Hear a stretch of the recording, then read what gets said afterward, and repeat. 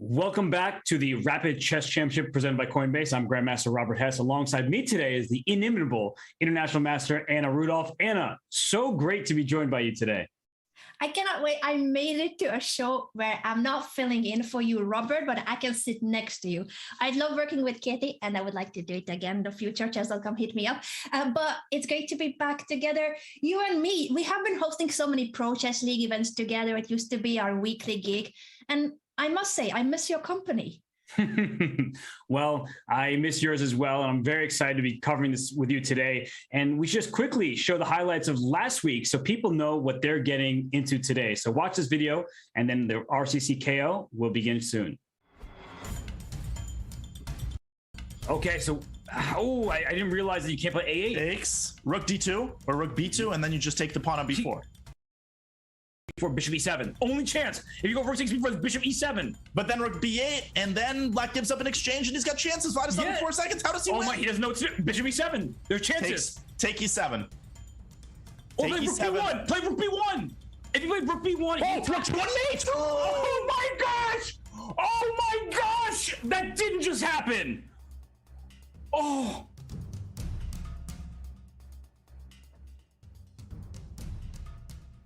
Oh my God. I've never seen anything like this in my life. Oh, and he is just destroyed emotionally right now. Oh my God. How? What in the world? I didn't even see the mate. Me neither. Rook f2, bishop coming to d3. Fabi with 15 seconds. When he goes rook d1, pinning the queen, queen e3, pinning the bishop. Wait, king g2. Oh my goodness. And queen h3. Oh my goodness, his queen's coming in. It's not over. His queen's coming either to e6 or to h6. How is he doing this? 15 seconds. This is anybody's queen game. e7. This is a time scramble. Take it. Take the rook. Take the rook. Oh my goodness. Take the rook with bishop b4. Fabi saw it immediately after he played it. What's going on? 8 seconds. 7 seconds. Who's gonna win this g4? Pinning the queen. Bishop f2. 2 pawns. d6. D6. Go. Oh my goodness. d6. Push it. Oh my gosh. Oh my goodness. Queen! He gave him a queen! He promotes! He promoted! But he's no time. 3 seconds. He's got the 3 pawn. seconds. Take the Can pawn. He get the pawn? He does. Take the pawn! Take it! Take the pawn! There he goes. Oh my goodness, and it's gonna be a draw. Oh my God. But still, how did he say that? Fabi's gonna be annoyed with himself that he didn't win that, let me tell you. Oh, bishop d5 or queen d3 is hanging. Yeah. Really dangerous. 6 seconds for Kirill. Okay, you gotta move Kirill. A4. Now he wants Fabi to take so that he can put a rook on d2. Yes, and that's not 2 good. seconds. Fabi's gonna move. He's gonna lose on time. Oh, he barely got the move of a rook d2. Rook d2. Rook d2. Rook a4. Bishop d5. Bishop d5 is the winning move. Huge. Bishop d5. Does he see it? He 2 doesn't seconds. see it. 1 second. He's gonna move. He's gonna move. Oh my gosh! He lost in time. He just didn't move. Oh my God! The position where Fabi resigns after bishop d5. Are you kidding me? His feet were stuck in cement and he couldn't budge, and he doesn't get a move off. And Fabiano Caruana in a lost position. He couldn't get out of the quicksand. Well, there are many head-scratching, face-palming, unpredictable moments in the Rapid Chess Championship. And the one thing we do know for certain, we know that the leaderboard has been set after week 1. We know that it was Jan Nepomuchy who took the lion's share of the Grand Prix points. He did take that first place in a match against Anish Giri that was decided in the Blitz game. Now, both Anish and Jan Nepomuchy are busy at the Earthings Masters, but we have plenty of other Super Grandmasters, including Mr. Hikaru Nakamura, competing today. It's such a competitive event that we have 20 names on this list, Robert, but it's just like Super Grandmaster after Super Grandmaster, and it's not going to get easier for the players today either. Look at this field. No, right? You look at even the first round matchups, Hikaru Nakamura against David Anton. That's a super strong Spanish grandmaster that you do not take lightly. And you can't afford to lose a single game. One loss, you're eliminated. That's how this goes. The format is such that the higher seed gets the white pieces in the rapid game of 10-minute plus 2-second increments. So Anna, I mean, getting the white pieces, having the higher seed, it's a huge, huge advantage. It is a huge advantage, but if the lower rated player will manage to make a draw in that first rapid game, then they will be the one with the white pieces in the blitz game. So this is going down the wire, and whether the lower rated player can hold that first game or even upset and win in rapid. That's right. And upsets happen, especially in these time controls. And honestly, anybody winning, it's not really that big of an upset because all the players are that strong. And if you want to find out more information for yourself, you can go to go.chess.com/RCC, find all the information there. And we do want to thank our presenting sponsor for the event, because the Rapid Chess Championship is brought to you by Coinbase. So whether you're looking to make your first crypto purchase or you're an experienced trader, Coinbase has you covered. Earn crypto by learning about crypto with Coinbase Earn. Explore DeFi Web3 with Coinbase Wallet. Get exclusive rewards when you spend with Coinbase Card, and much, much more. Learn more at coinbase.com/chess and get $10 in Bitcoin when you sign up and verify your account. And for now, Ann and I will head to break. We'll have the start of the Rapid Chess Championship knockout portion when we return.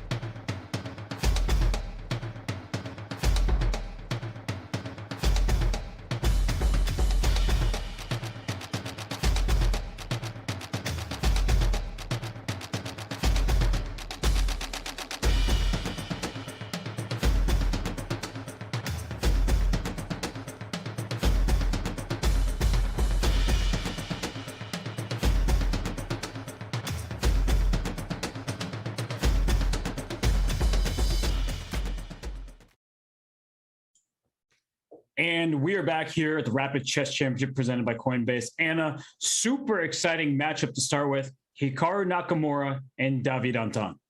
I thought it was going to be Studio Chess 6 against opponent, but if you say we have to watch Hikaru against David Anton, oh well, we will do. Yeah, I know it is. It's sad for me as well. I have to admit, I was looking forward to this matchup because you can't replicate this type of fun. But when we look at this matchup, Hikaru, he looked dominant yesterday in the Swiss portion. And if we're being kind of honest, Anton, he's sort of lucky to be here because it was a stalemate trick at the end of the day where his opponent probably didn't know how to turn off Auto Queen. Yes, that was such a memorable 155 rated player to play 1 minute rated game. Phone to take a but not picture of it. That's how impressed he was, your co-host. And as you said, he was lucky to even qualify. But sometimes that luck turns into more luck. Will we see him taking advantage of this opportunity? Or will it be Hikaru, who is the clear favorite in this format, that will make it to the next stage? It's a good question because they say better lucky than good. I say best lucky and good. And for David Anton, he's lucky and great. So he can put up a big fight against Hikaru. Look at Hikaru going with his B3 system, not B3 on move 1, but it does transpose into similar territory to fianchetto this bishop, take control of this E5 square. And David, he's being deliberate. He's taking his time in the early stages, already down half a minute. He is down half a minute, and he must be simply trying to figure out what is it that Hikaru is aiming for. Obviously, this is a known setup. David himself plays this E3, B3 with the white pieces, by the way. So I think he was just trying to think, where is it, what type of middle game is Hikaru aiming for in this first game? And as you said, it's a one game. There's no first game and then second game. It's one game that will decide who makes it to the next stage, unless it's a draw. And then we're going to see a blitz or even bullet game. That's right. So no slip-ups allowed. If you lose, you're gone. And look at this A5 move, A3. I like to tell people about this way of preventing the move A4. You think when your opponent plays A5, you need to play A4, but that gives over control of the B4 square. Now the move A4 is met by white pushing through. So it's just a good thing to note if you ever get into this situation when you fianchetto. Very important indeed. And Hikaru just continues with the 3-rank setup. Usually we would see it from Black's perspective, but it's also completely fine to play it as white, especially when he just wants a playable position. He's not aiming for any opening advantage. He just wants to develop his pieces at a setup that he has picked at double fianchetto and then see what happens later. And for David Anton, he plays H6.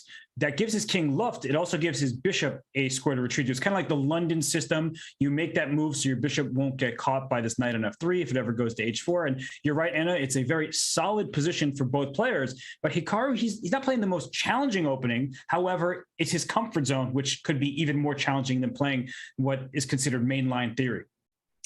For sure. It's always a question when you pick your opening. When it's Grandmaster versus Grandmaster, obviously they all know all the theory out there, so it's hardly ever possible to come up with a surprise. The more surprise, it's more of a surprise which one you end up choosing, especially if it's a sideline like this. So it's not the main opening theory battle, but it is a setup that Hikaru has opted for today. David Anton is also playing a very typical setup from Black's perspective. It's a very healthy setup that controls the center well with this beautiful mountain of pawns all on light squares and the bishop out of the pawn chain. Important, you don't leave that bishop stuck on C8, but you develop it first and then you create this E6 pawn push. So a very healthy setup, but let's see how Hikaru will try to do something, because he will eventually, I think, either aim to push E4 or C4. That's right. And he played Queen E2, which means E4 is available to him. But this move E4, it gains you some space for white, but it also gives black a target to poke at. So that's the downside of playing E4 is anytime you push your pawns forward, closer to enemy pieces. And rook to B1, Anna, it's clear that he was a little bit concerned about his bishop on B2. Just to show an example, if let's say white had played H3 and black plays A4 and B4, there could be C5 where the bishop is a bit loose down here on B2. So that's what Hikaru was trying to avoid by protecting his bishop in advance. And we saw queen to A6 was played, rook E1, making sure that the queen on E2 is defended in case of any funny business.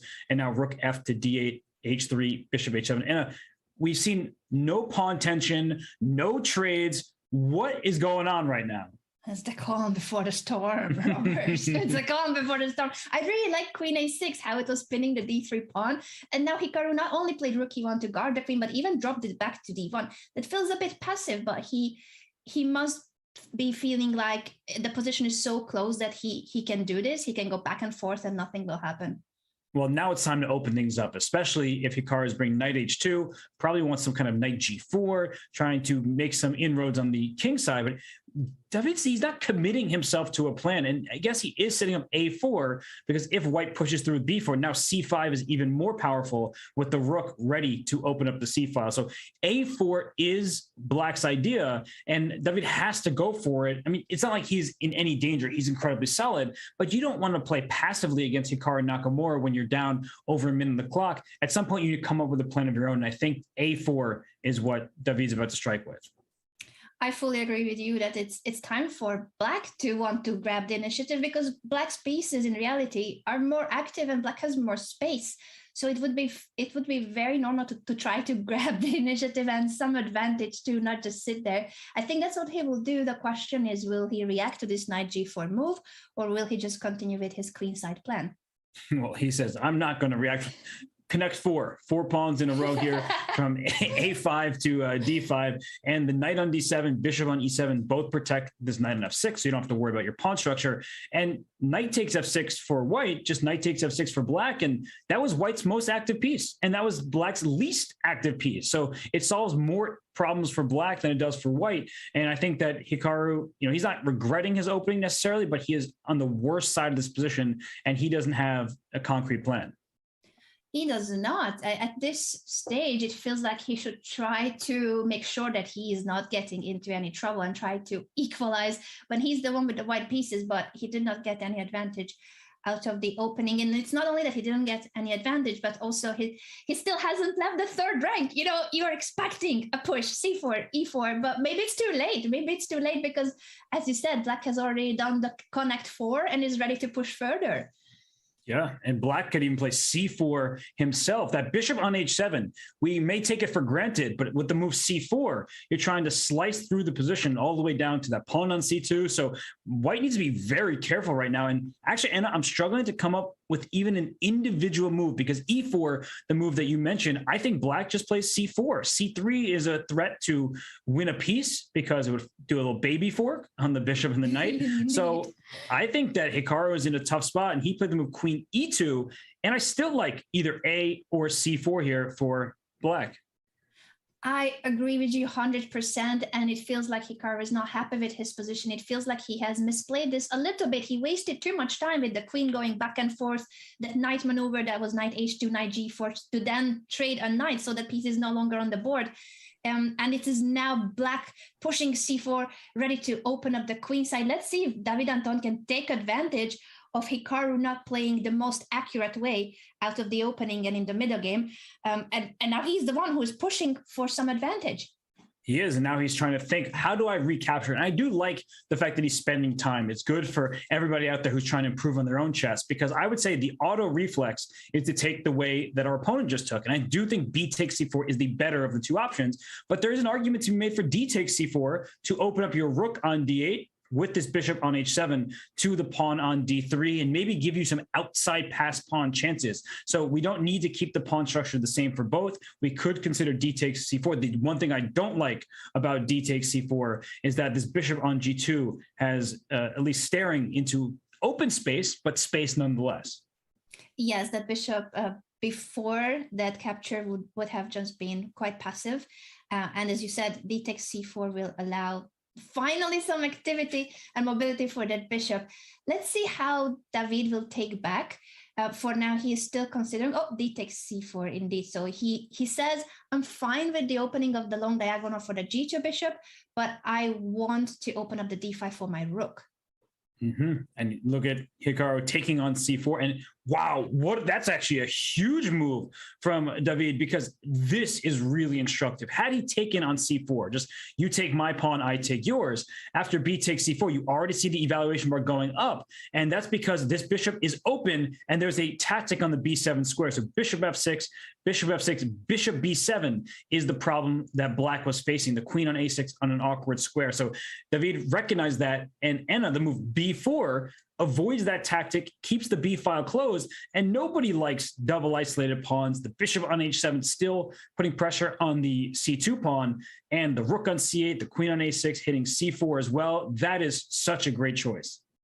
It's a great choice. It is a temporary pawn sacrifice. Let's remember he did not take back on c4, but as you said, those are doubled isolated pawns on the c file. It's unlikely that white can hold on to those pawns for a long time. So this so far seems like a tough spot for Hikaru. He does have more time, but a reminder that as opposed to yesterday's Swiss format, there is an increment here in Rapid. It's not only 10 minutes, nothing. There's a 2-second increment. So flagging is unlikely, especially in the Rapid.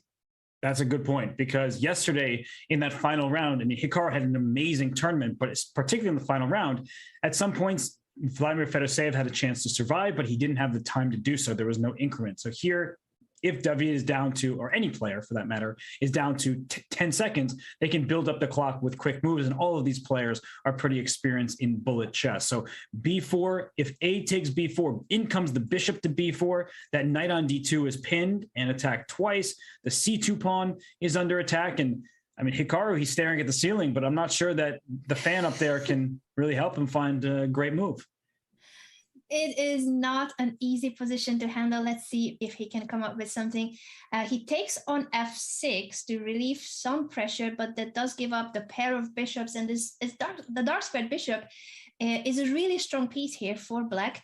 Now, after a takes b4, it's true that the white rook could also take on b4, but that is landing into tactical patterns with bishop to c3. So you cannot really win the pawn. You would end up losing more material.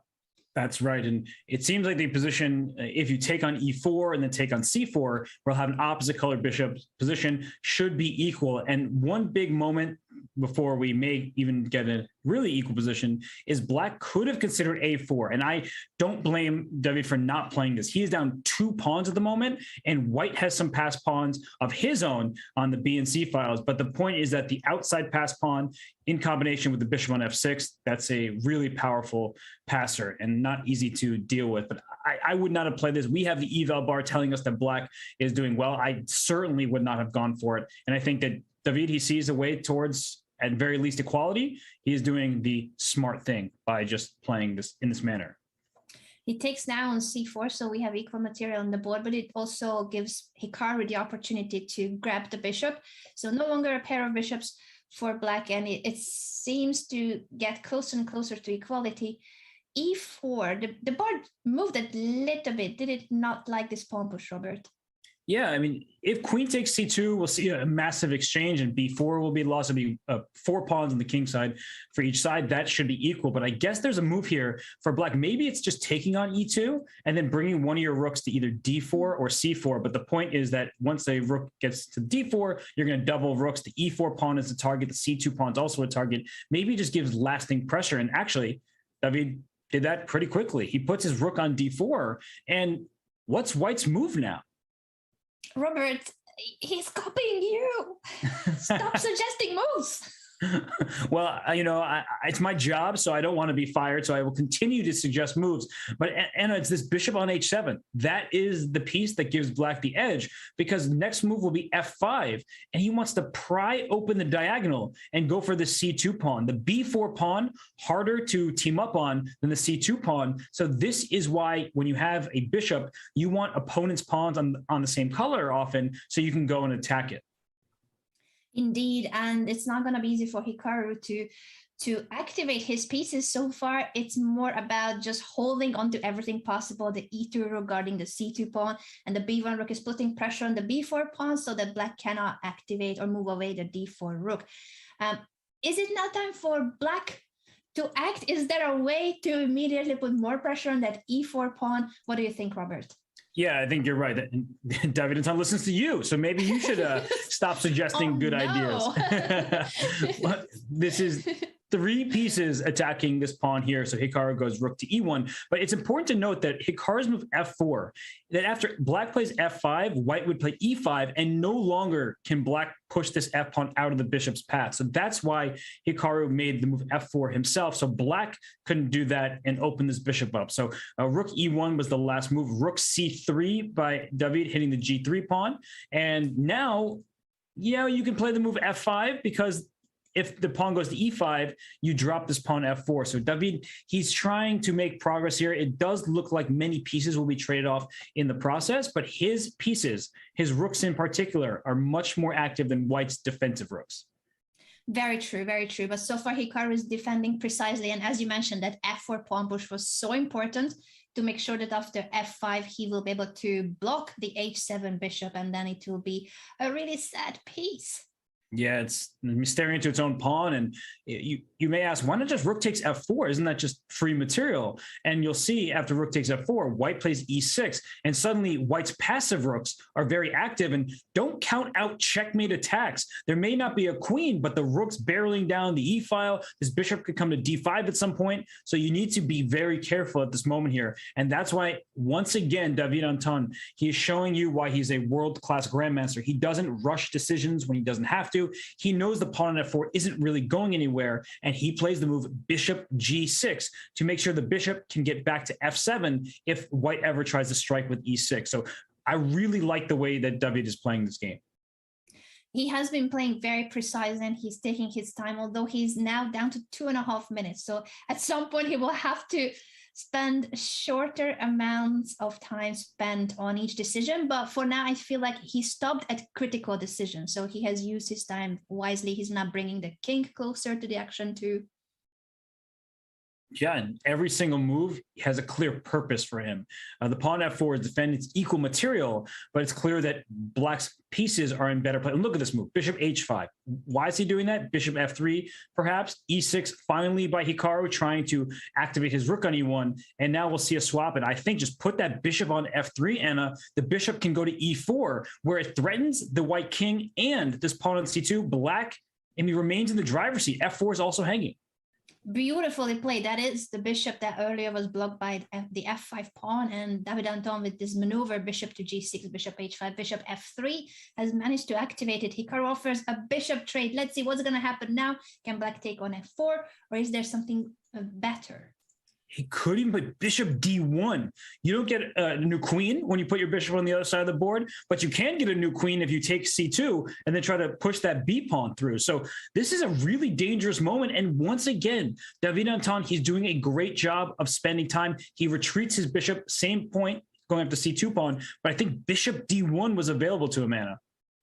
He missing bishop d1, or at least he thought bishop e4 was stronger, but this allows the trade of bishops. And I think Hikaru will be out of the main danger zone now without the bishops on the board.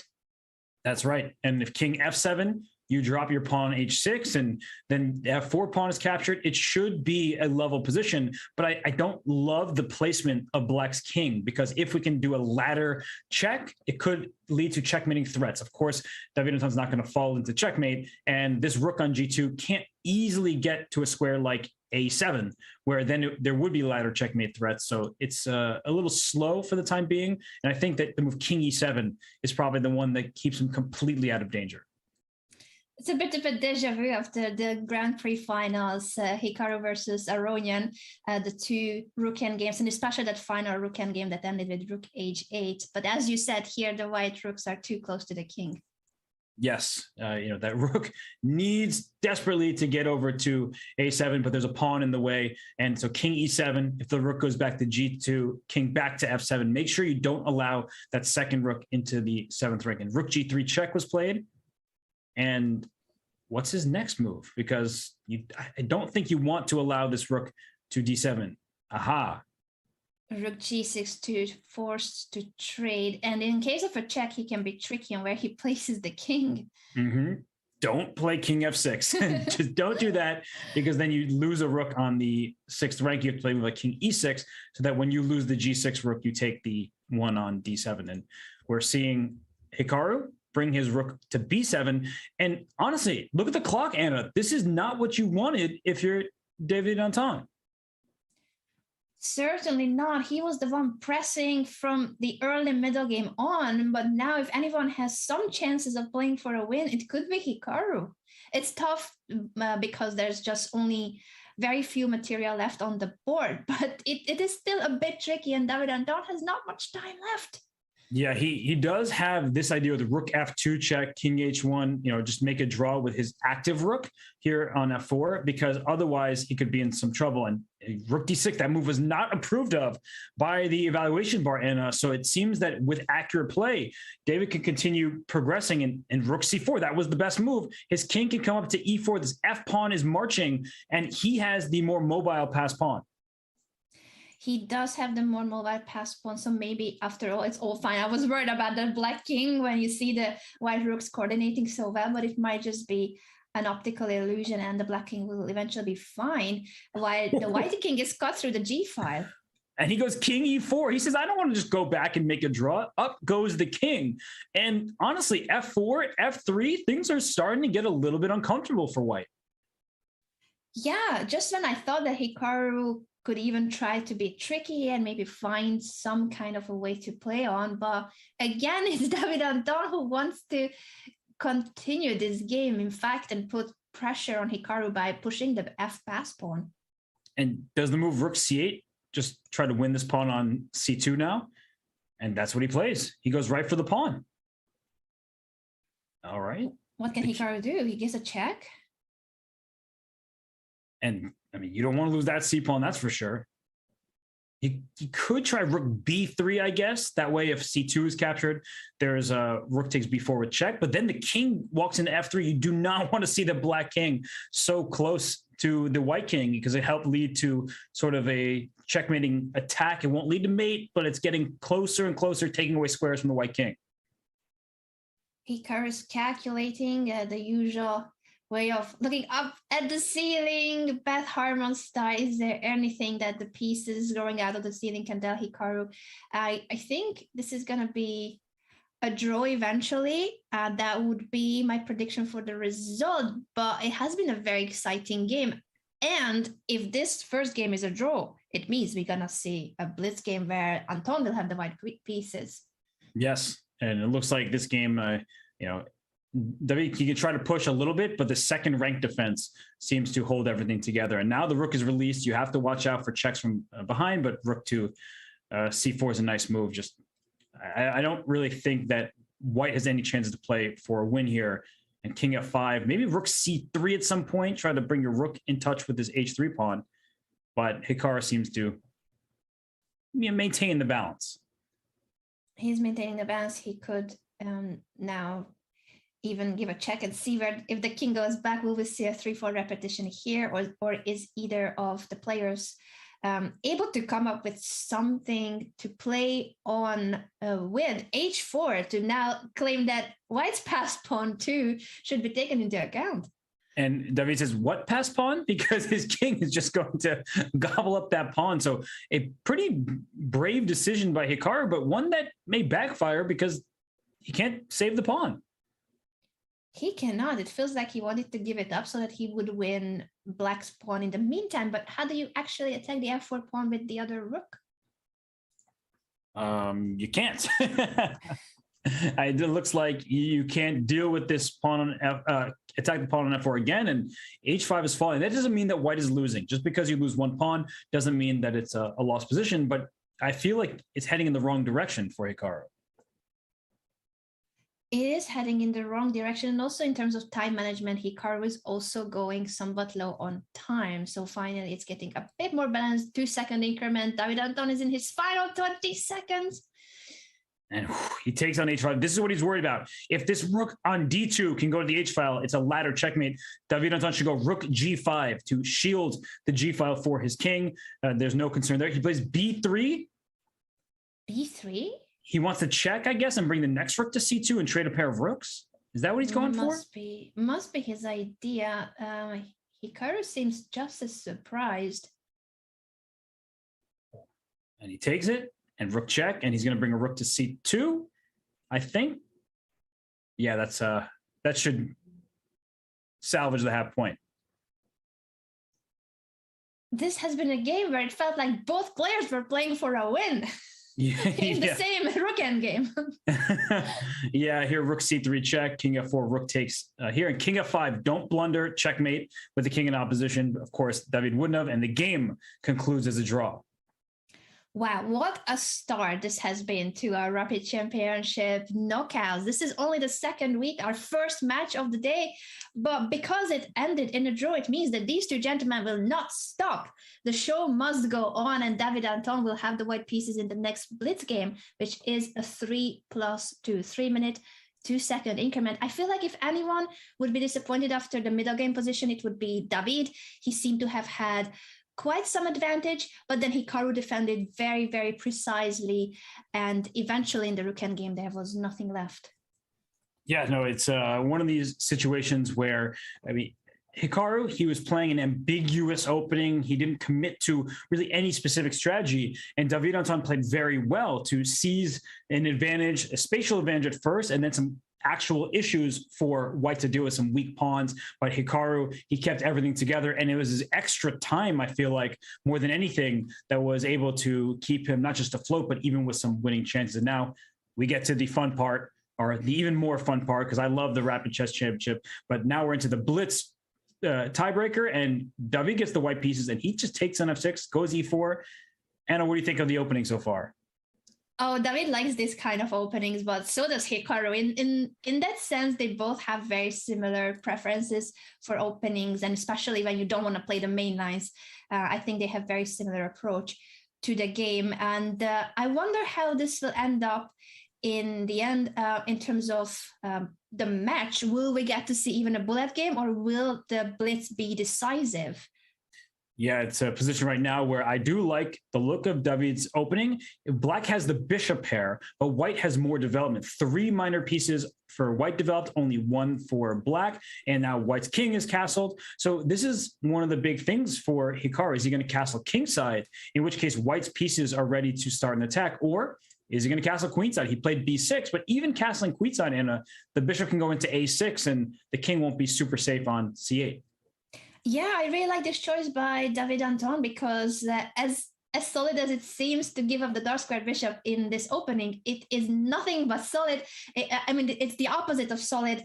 As you mentioned, the black king is going to be attacked regardless of which side you choose, where you want to castle to. And now it's time to deal with that pin. Black has to give up the bishop, has to trade it for the e5 knight.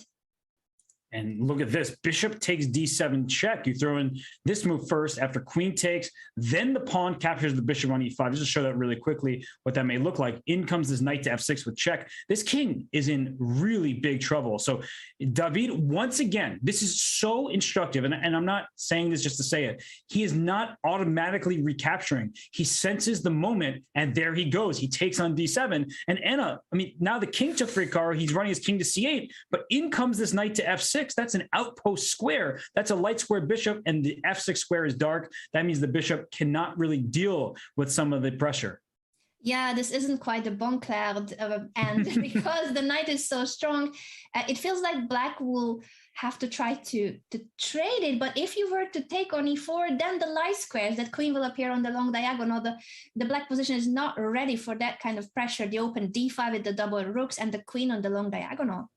Yeah, you can't take on e4 even if you want to, as you're pointing out, because the queen enters the fray. And now the knight is ready to go to f6. The reason why on David, he's playing very calmly, very cautiously. And I guess Hikaru just really doesn't want to take on e4 because white will be better there. But I think the knight at some point should go to f6. But now Hikaru, look at this, a5, a4, and rook a5, he's getting some counterplay. He is. That was a very important move to activate the black rook, not on the traditional way, but by putting pressure on the e5 pawn. And suddenly I feel like it is again a dynamic balance from a position where Hikaru, it seemed like he was in trouble again, a little bit in trouble at least, but then he finds a way to get out of it. Yes, and I mean, look at this right now. He can try to take on e4. The rook has to take and then bring his rook to d5, his next rook to d8. Instead, Hikaru plays g5. You know he's trying to win this game. He's playing dynamic chess. But look at David once again. He doesn't automatically recapture the way his opponent did with the pawn. He takes with the queen because now f7 is a target. And Hikaru goes rook g8 Anna because if knight f6, there might be rook g5 going right after this e5 pawn. Rook f1 instead by David Anton, so that the knight keeps holding onto the g5 square. Now if the f7 pawn will drop, the e5 pawn too will be taken, but it's about also the rest of the pawn chain. Without the f7 pawn, the e6 pawn is weak as well. And just in general, a rook on the 7th is amazing. That's right. And, you know, this pawn on f7 was defended tactically right now by Hikaru, and he brings his rook to d5, 2 rooks in the 5th rank. Not quite as good as 2 rooks in the 7th rank, but it was good enough to force a rook trade. And now, at long last, will we see the knight go into the f6 square, or is David going to bring his knight elsewhere? He can retreat. I don't really want to retreat, but maybe the knight on f6 isn't doing as much as we'd like.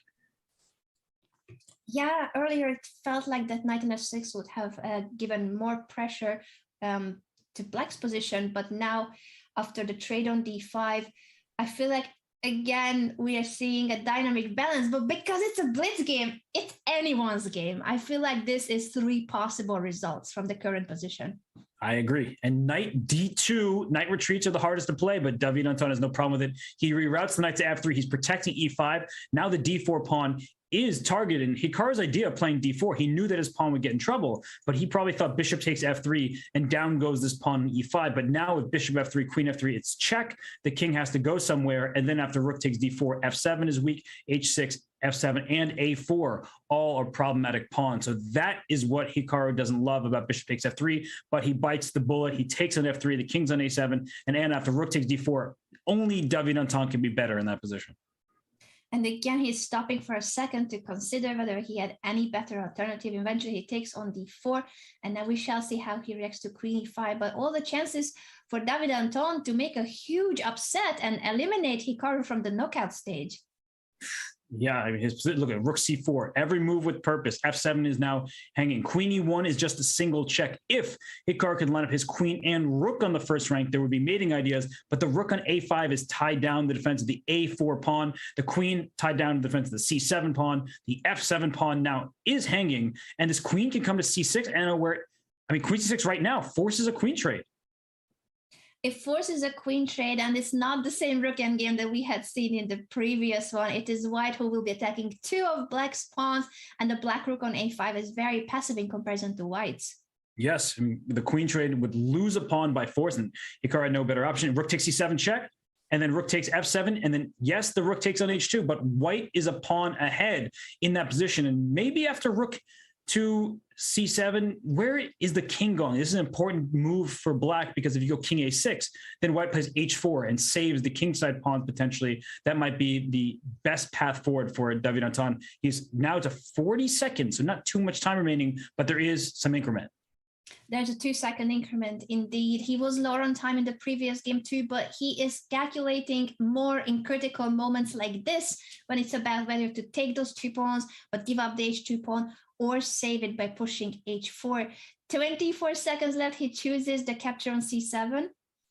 And I mean, he has to take on f7. I don't know what he's thinking about. He's spending too much time there, and he doesn't have much time remaining. He's down under 20 seconds, and here we see it. Rook g2, and he goes after the a pawn. This is really smart, Anna, because he's gonna have 2 extra pawns on the queen side. Hikaru has 1 extra pawn on the king side, so it's 1 extra pawn in total for white, but it's those 2 pawns that can start running up the board. This is gotta be a winning rook endgame for David, even if he is lower on time. With the 2-second increment, there is no issue of going a bit lower on the clock, as long as you're playing the right moves. Yes, and that's the big if, playing the right moves, if you do that. And right now, David, he seems to be struggling a little bit because his pawns are not going forward. His king is kind of in the way, and Hikaru's rook was in the perfect location, protecting h5 and stopping those pawns from pushing. So the rook on f5 is perfectly situated. Maybe already the best of his winning chances are behind him. Yes, Hikaru again is so resourceful. He finds a way where the rook will be defending the pawn and at the same time cutting the white king to such extent that you cannot really be crossing the board, nor he could go for pawn pushes, pawn trades on the queen side to create a pass pawn. So it's 3 versus 1 on the queen side, but white hasn't found a way yet to create a pass pawn.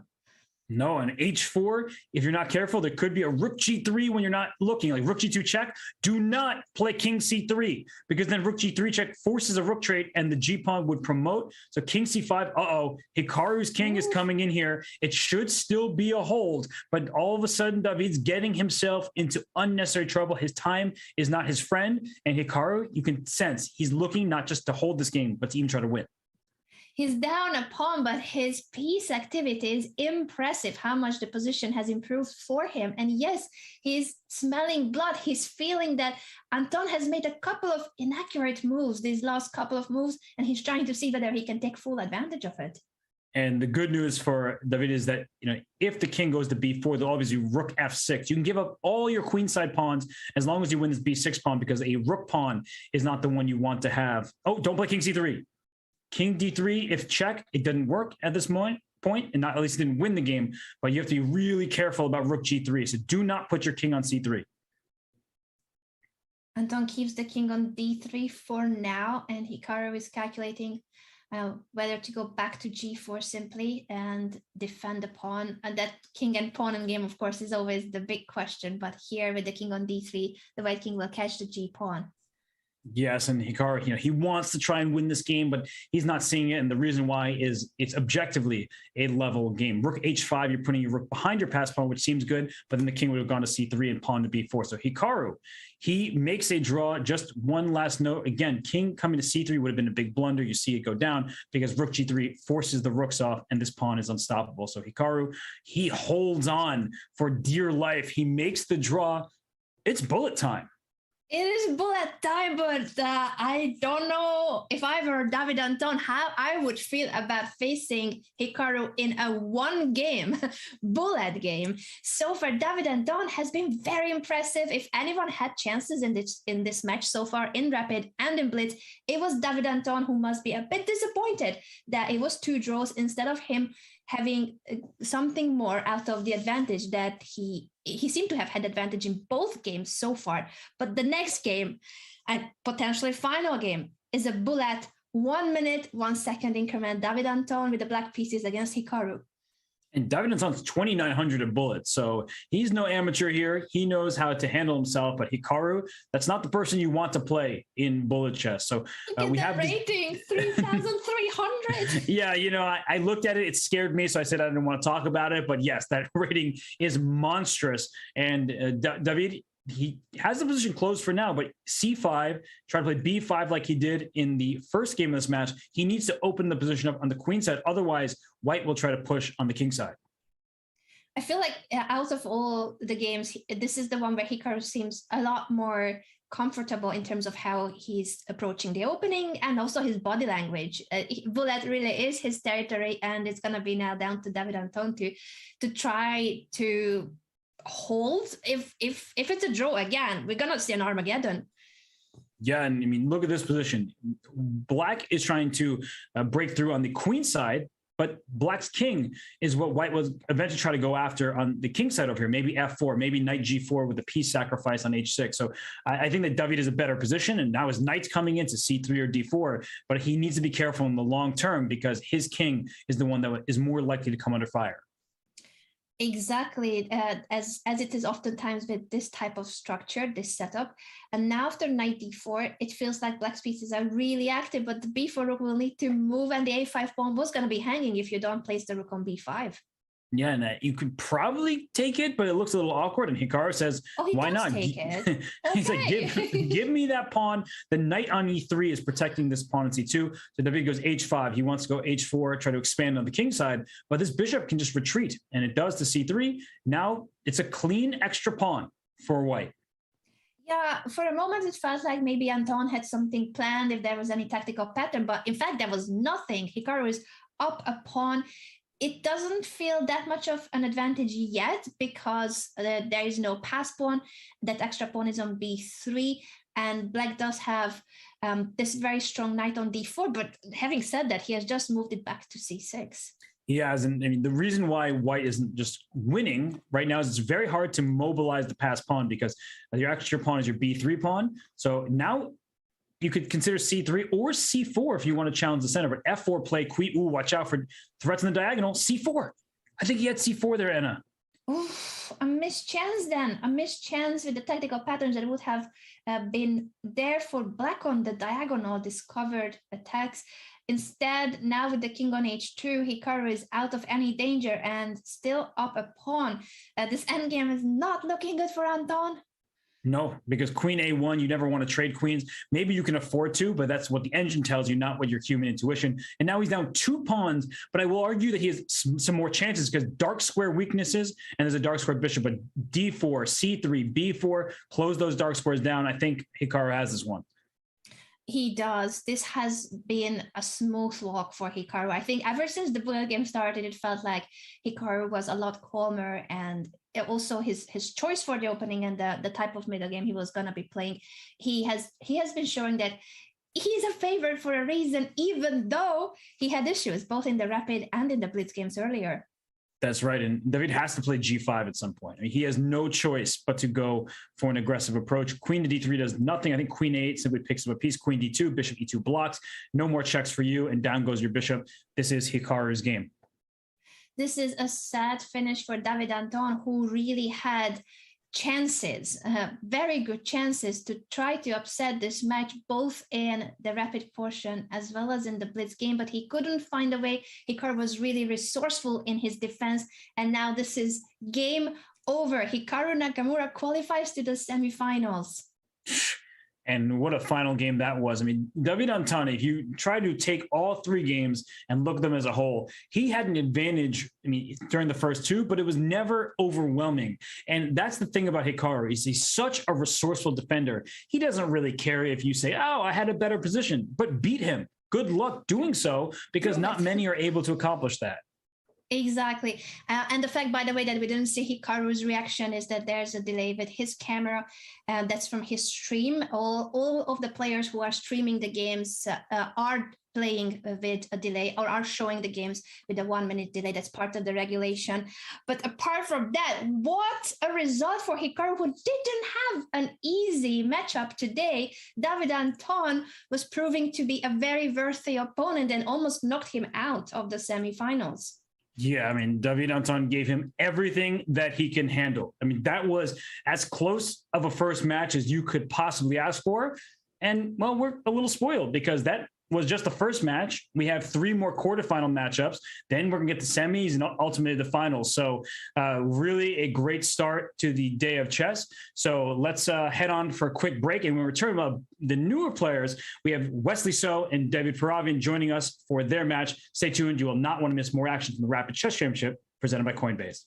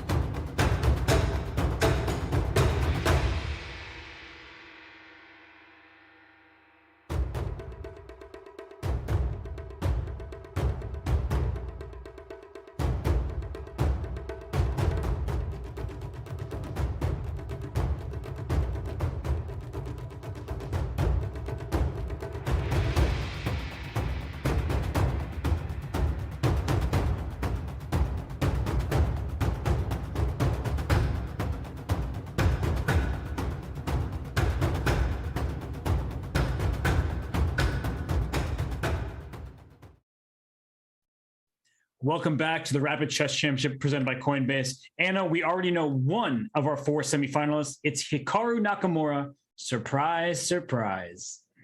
We would say surprise, surprise, and yet it was David Anton who will be disappointed that he had missed chances against one of the biggest favorites of the Rapid Grand Prix that we have here. But there's no time for us to even go back to the games and analyze it in depth for now, because we have the next match starting right now, right here. Who are the 2 players, Robert, that we are going to be following now? Well, we get Grandmaster Wesley So taking on Grandmaster David Paravian.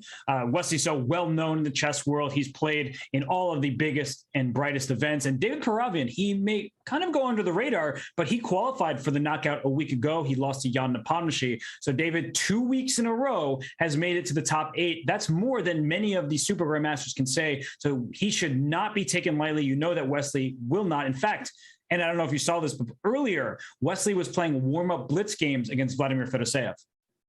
Not a bad opponent to have for the warm-up game. So well done, Wesley, getting ready for his first knockout quarterfinals. As you mentioned, Paravian may not be one of the most known grandmasters we have in the field, but he's among the few who actually qualified already for the second time to the knockout stage, which is something Wesley himself could not do. Wesley played last Saturday. He didn't make it to the knockout. This is his first time playing in the quarterfinals. Just goes to show how strong these events are week after week when you have dozens of the best players in the planet playing. Even Wesley So fails to qualify every now and then, but we're happy to have Wesley back. He gets the white pieces in their head-to-head matchup. And if there's one player on the planet you really don't want to see having the white pieces against you, it's Wesley So. I know Wesley has such an incredible score, and when it comes to, he's very solid. Like, you barely see him losing, but in terms of his repertoire with the white pieces and how much pressure he puts on every single opponent of his, including certain Magnus Carlsen and the rest of the world, so it's a one game to decide everything, unless it's a draw. Wesley with the white pieces, 10 minutes, 2-second increment is the time control. And Wesley is extremely difficult to defeat. Now, he doesn't always win those, Grand Chess Tour and big events he plays in, but he often goes +1, +2. What does that mean? He'll draw about 7 games, win 2, things like that. He is just that hard to take down. Now, he did lose in the tiebreak in the FIDE Grand Prix to Lenier Dominguez, so he may have some recent memories that he's not too fond of in Rapid. But if anyone can get over it, I do believe it's Wesley. He generally is very calm, cool, and collected. And he's playing this line. And when you allow the knight check, the king goes to e2. This is a very funny variation. But Wesley voluntarily saying, I don't need a castle. It's just that the pawn cloud is so popular. Even if it's a delayed pawn cloud, it counts. And he doesn't go back to e2 to repeat moves. So we have a game. Game 1 now after knight takes c1, rook takes c1. And when we look at this, we know white can castle, but white's developed 3 minor pieces and a rook, and black finally just developed his first minor piece. So it should be some huge advantage for white just when we think about that, but it's hard to crash through because the f7, e6 pawns mean the bishop on c4 is staring into a brick wall. Now e5 is played to allow this knight to come to e4, but where to from there? The d6 square is covered. You can't go to f6. There's a g pawn covering that. So the knight can go to e4 at some point, but it's not clear exactly how white is going to proceed.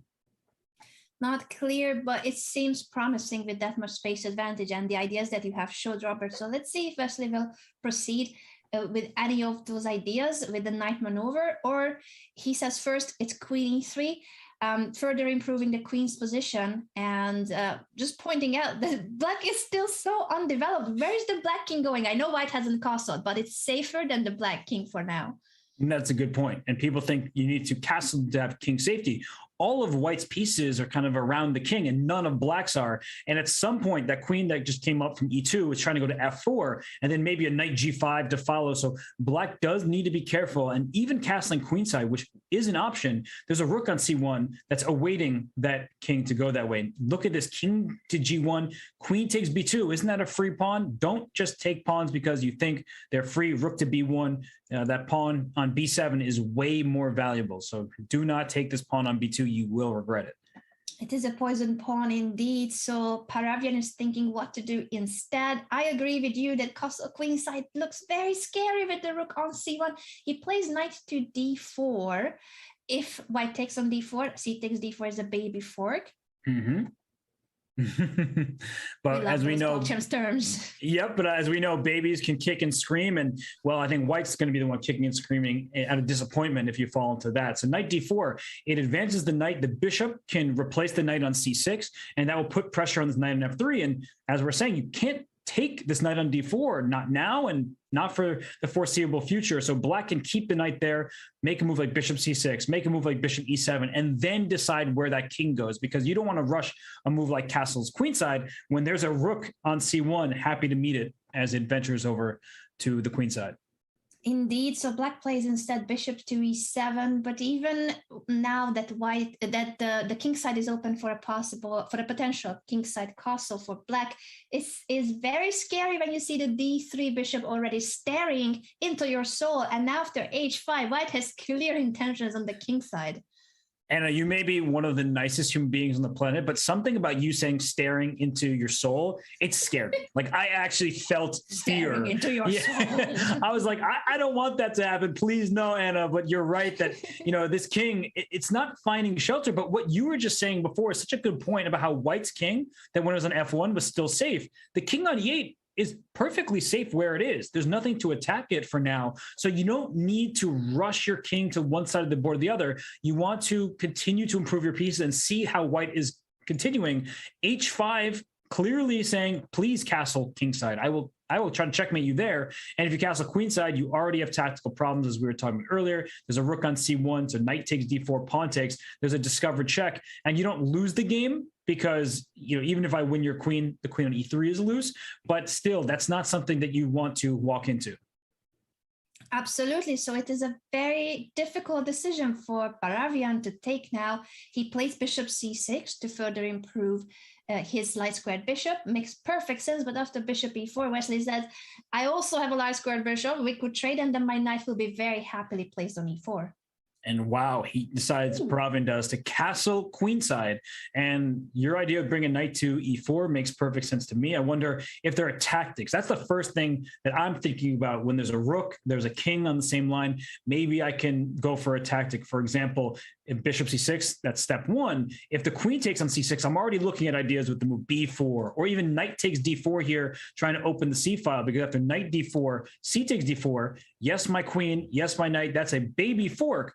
But if I just move my queen somewhere, even to e1, you can't take on c3 because rook c3 wins the queen. So there are tactics available. I saw Wesley, he did a rook lift, and he decides to play with his h1 rook, get that into the game with rook h3, and Anna, the king, smartly ran away to b8.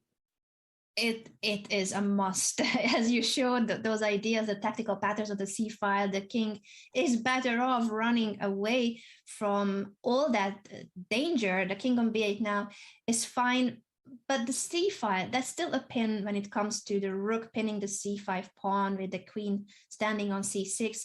A good thing for Paravian is that his rook is also guarding the d4 knight, so I don't think any of those tactical patterns were working. Knight e2 now puts further pressure on d4.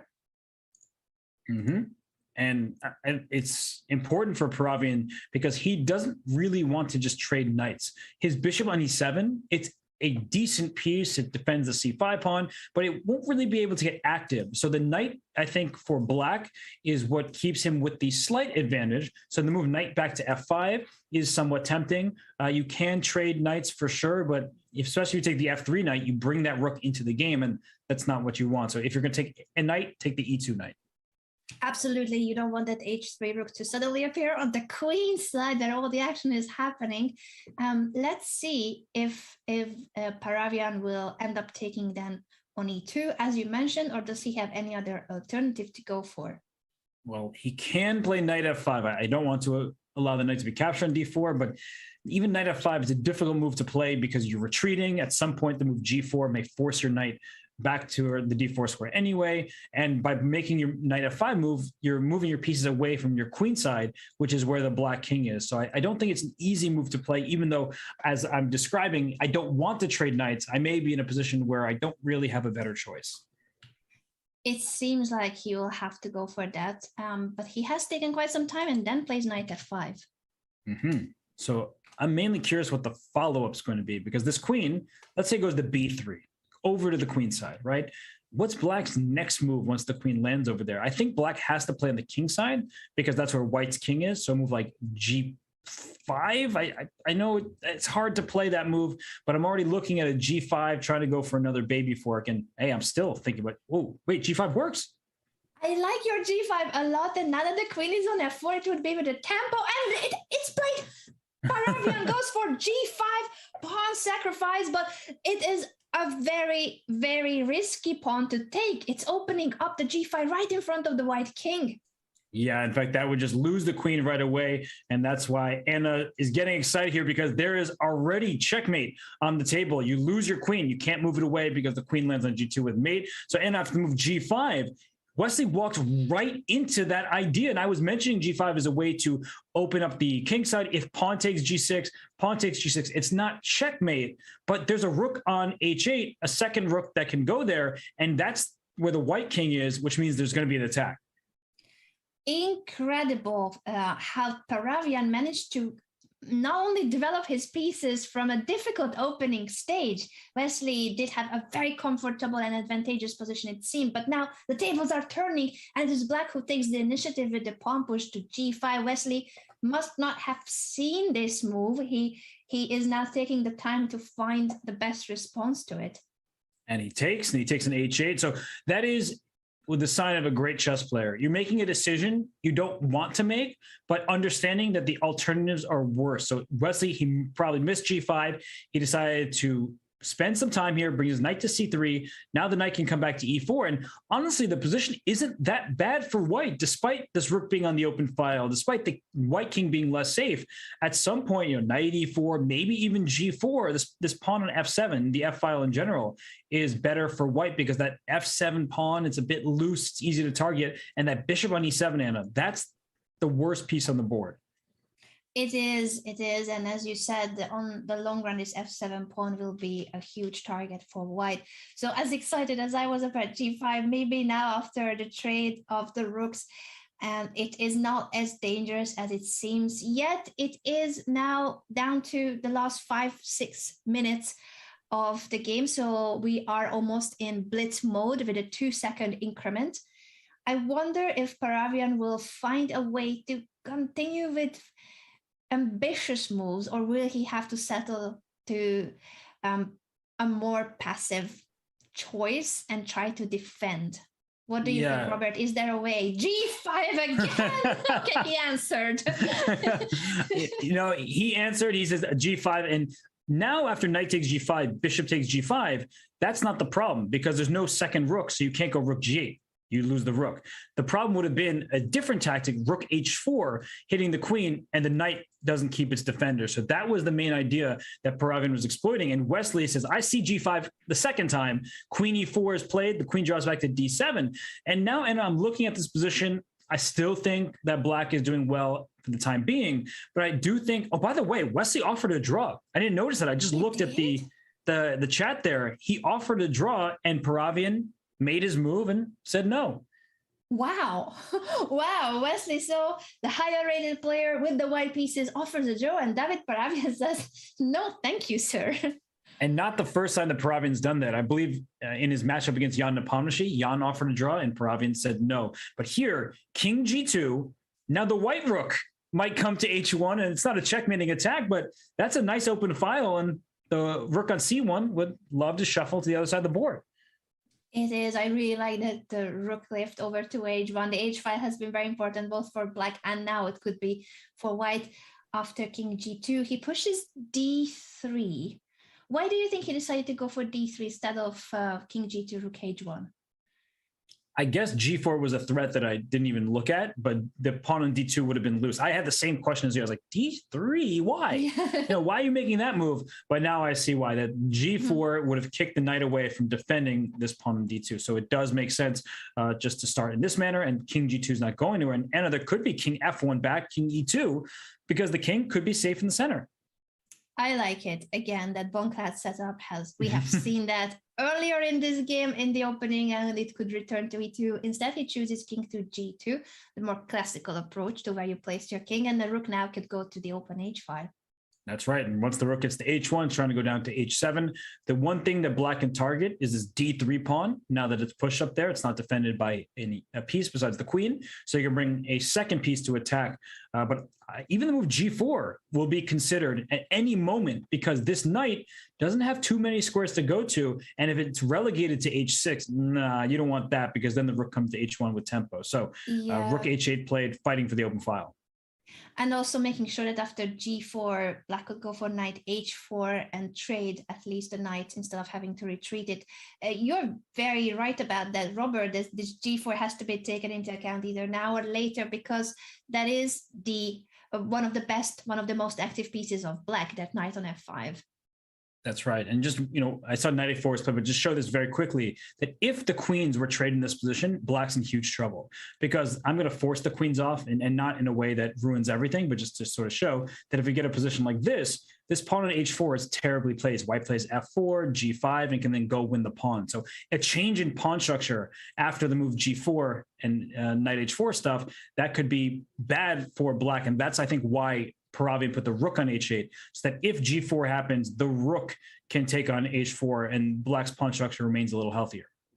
Yes, makes perfect sense. So Wesley decides to now shift the focus to the queen side since black was ready to meet g4 and rook h1 with trades. Now, instead, he's shifting all his attention toward a potential rook lift toward b3, which was stopped by knight d4. But now the queen has been moved to e4 to fully control the long diagonal.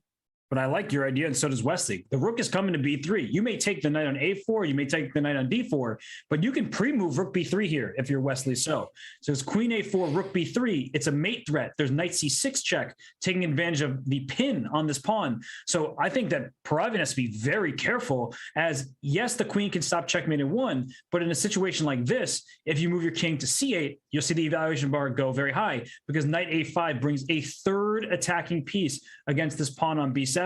And you only have two pieces defending it, you're going to lose the game. That is such an amazing attack coming out of the blue. It felt like it was a balanced position with only a few pieces on the board. And now Paravian is the one that is hugely in trouble. Wait, this is the current position or very similar? They reached a different one. No, the knight c6 check happened just to show everybody here. And he went king a8 though, so he can bring his rook to defend. I mean, barely. This looks bad though, right, Anna? It does. Looks very suspicious. So if knight a5, his idea is to defend b7 with rook to b8. But Wesley blunders. The bar has jumped fully in black's favor after rook to b6. Why? Because is rook takes ace. Oh my gosh. Queen c7. The rook has nowhere to go. And if you play rook a6, pawn takes, you do have a knight discovery, but then queen b7 and the queens come off and you're in a losing ending. And even the white king is on the same diagonal, so there's no way out of the queen trade. Oh my goodness. I mean, and it's very straightforward too. This is queen c7 played by Paravian, and Anna, that's game. Wesley wanted to find the combination, a winning tactic there, and instead it is him who is losing material now of the queen to c7. No, it's done. It's completely done. Taken by c4, the knight's trapped with rook c5 coming, and if you try to free your knight, then you free the pass pawn. That's it. It's resignation. David Paravian, look how happy he is and relieved. Because this is it. It means Paravian is now onto the semifinals too, just like Hikaru. It's a one single game elimination system. Unless it's a draw, then they of course need to continue playing a further tiebreaker. But so far, David Paravian with the black pieces eliminates one of the top favorites overall of our Rapid Chess Championships.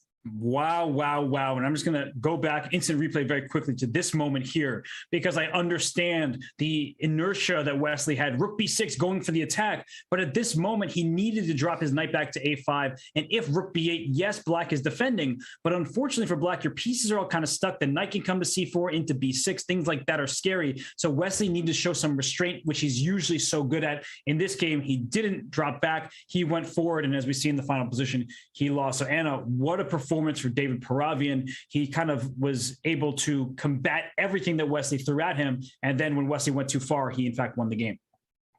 And he's now through to the semifinals, waiting for the rest of the quarterfinals to finish. So we have 2 more quarterfinals to show to you guys. The matches are played one by one. You are not missing any action. There's always only one match on the way. I believe, Robert, we're going to take a very quick break, and then we'll be back with the next quarterfinals. Paravian is in the semifinals, and Hikaru is in the semifinals. That's right. So everyone stay tuned. We'll be back for the match between Peter Svidler and Daniil Dubov here at the Rapid Chess Championship presented by Coinbase.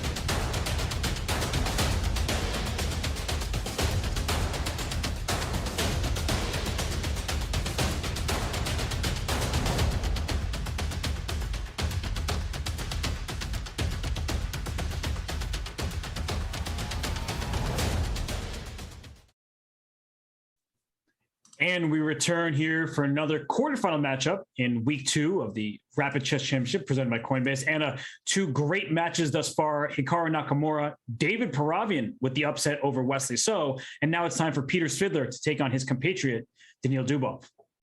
Indeed, and the already qualified players, Hikaru and Paravian, will be facing each other in the semifinals.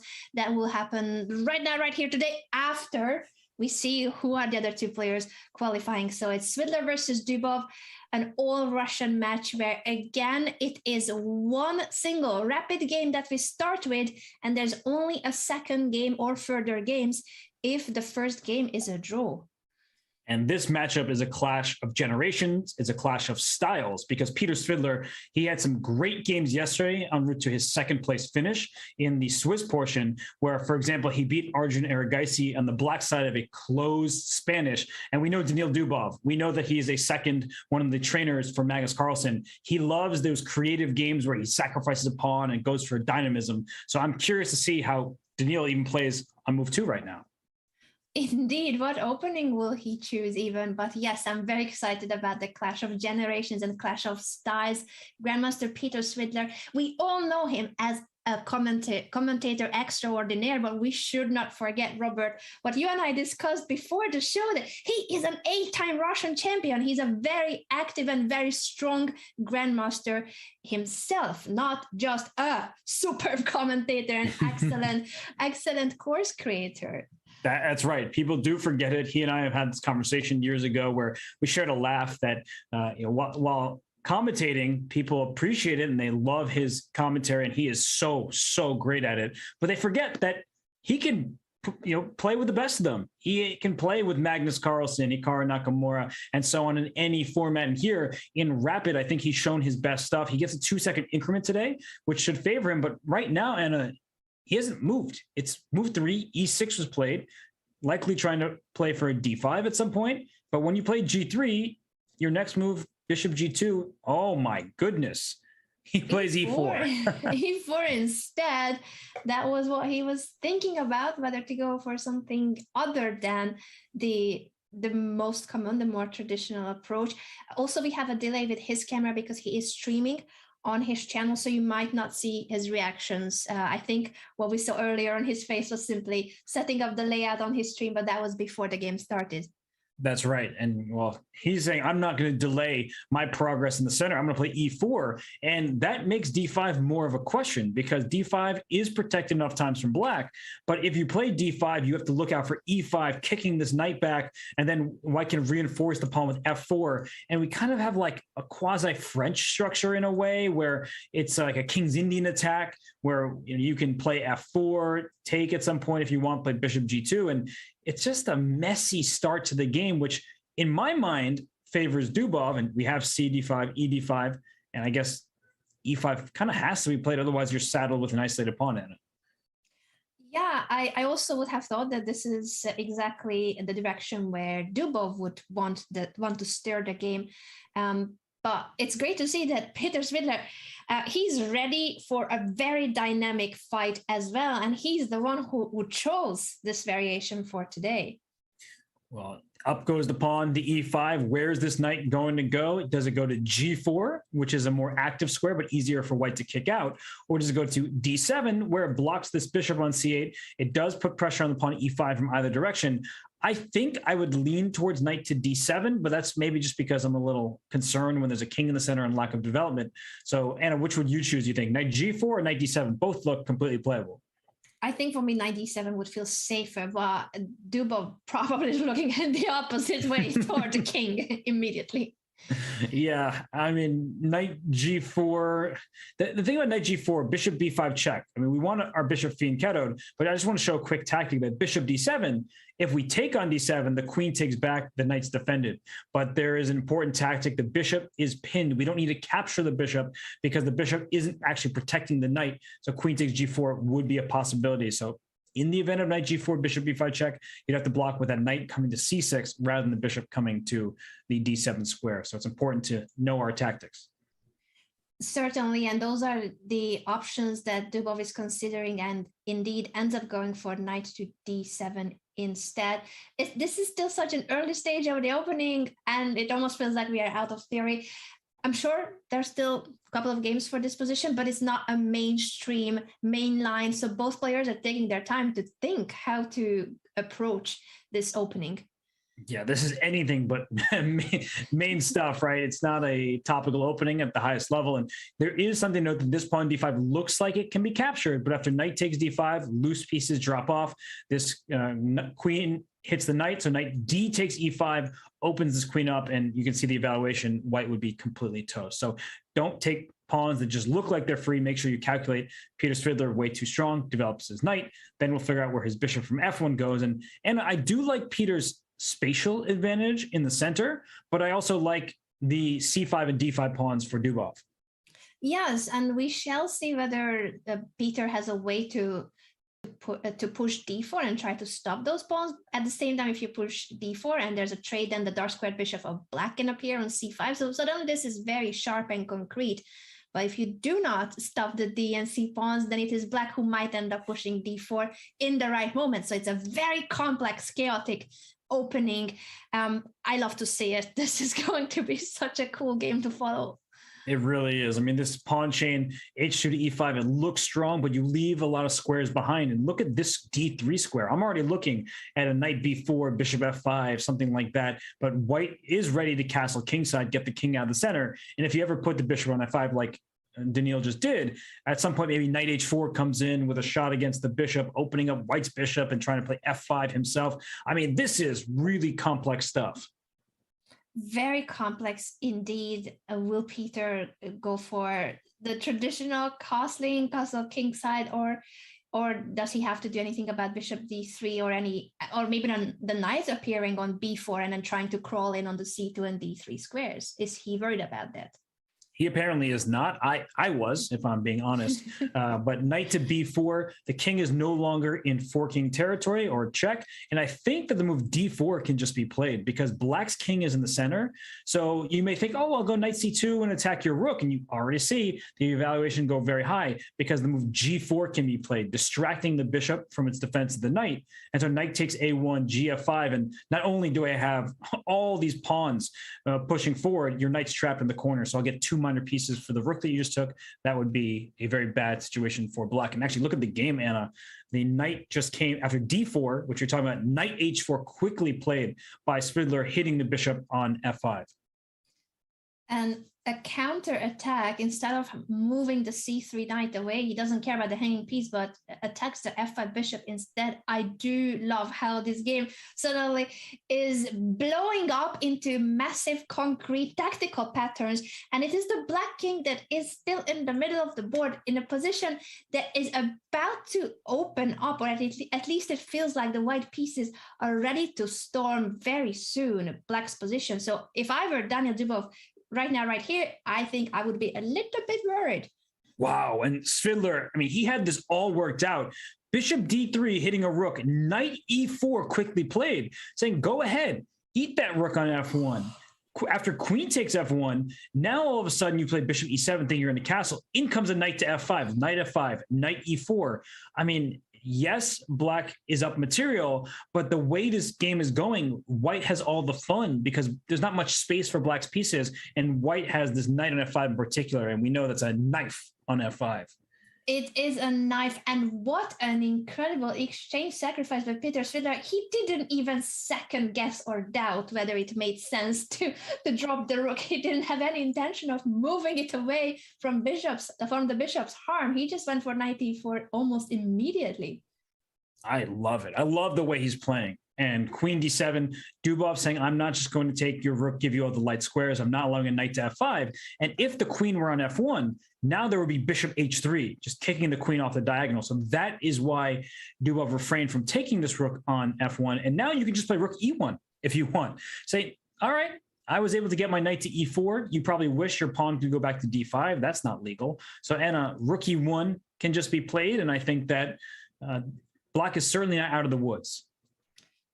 Yeah, this is such a sharp position with the king being still so vulnerable on the e file. I like rook e1, as you mentioned, Robert, with the idea of knight d6 check, opening up the e file.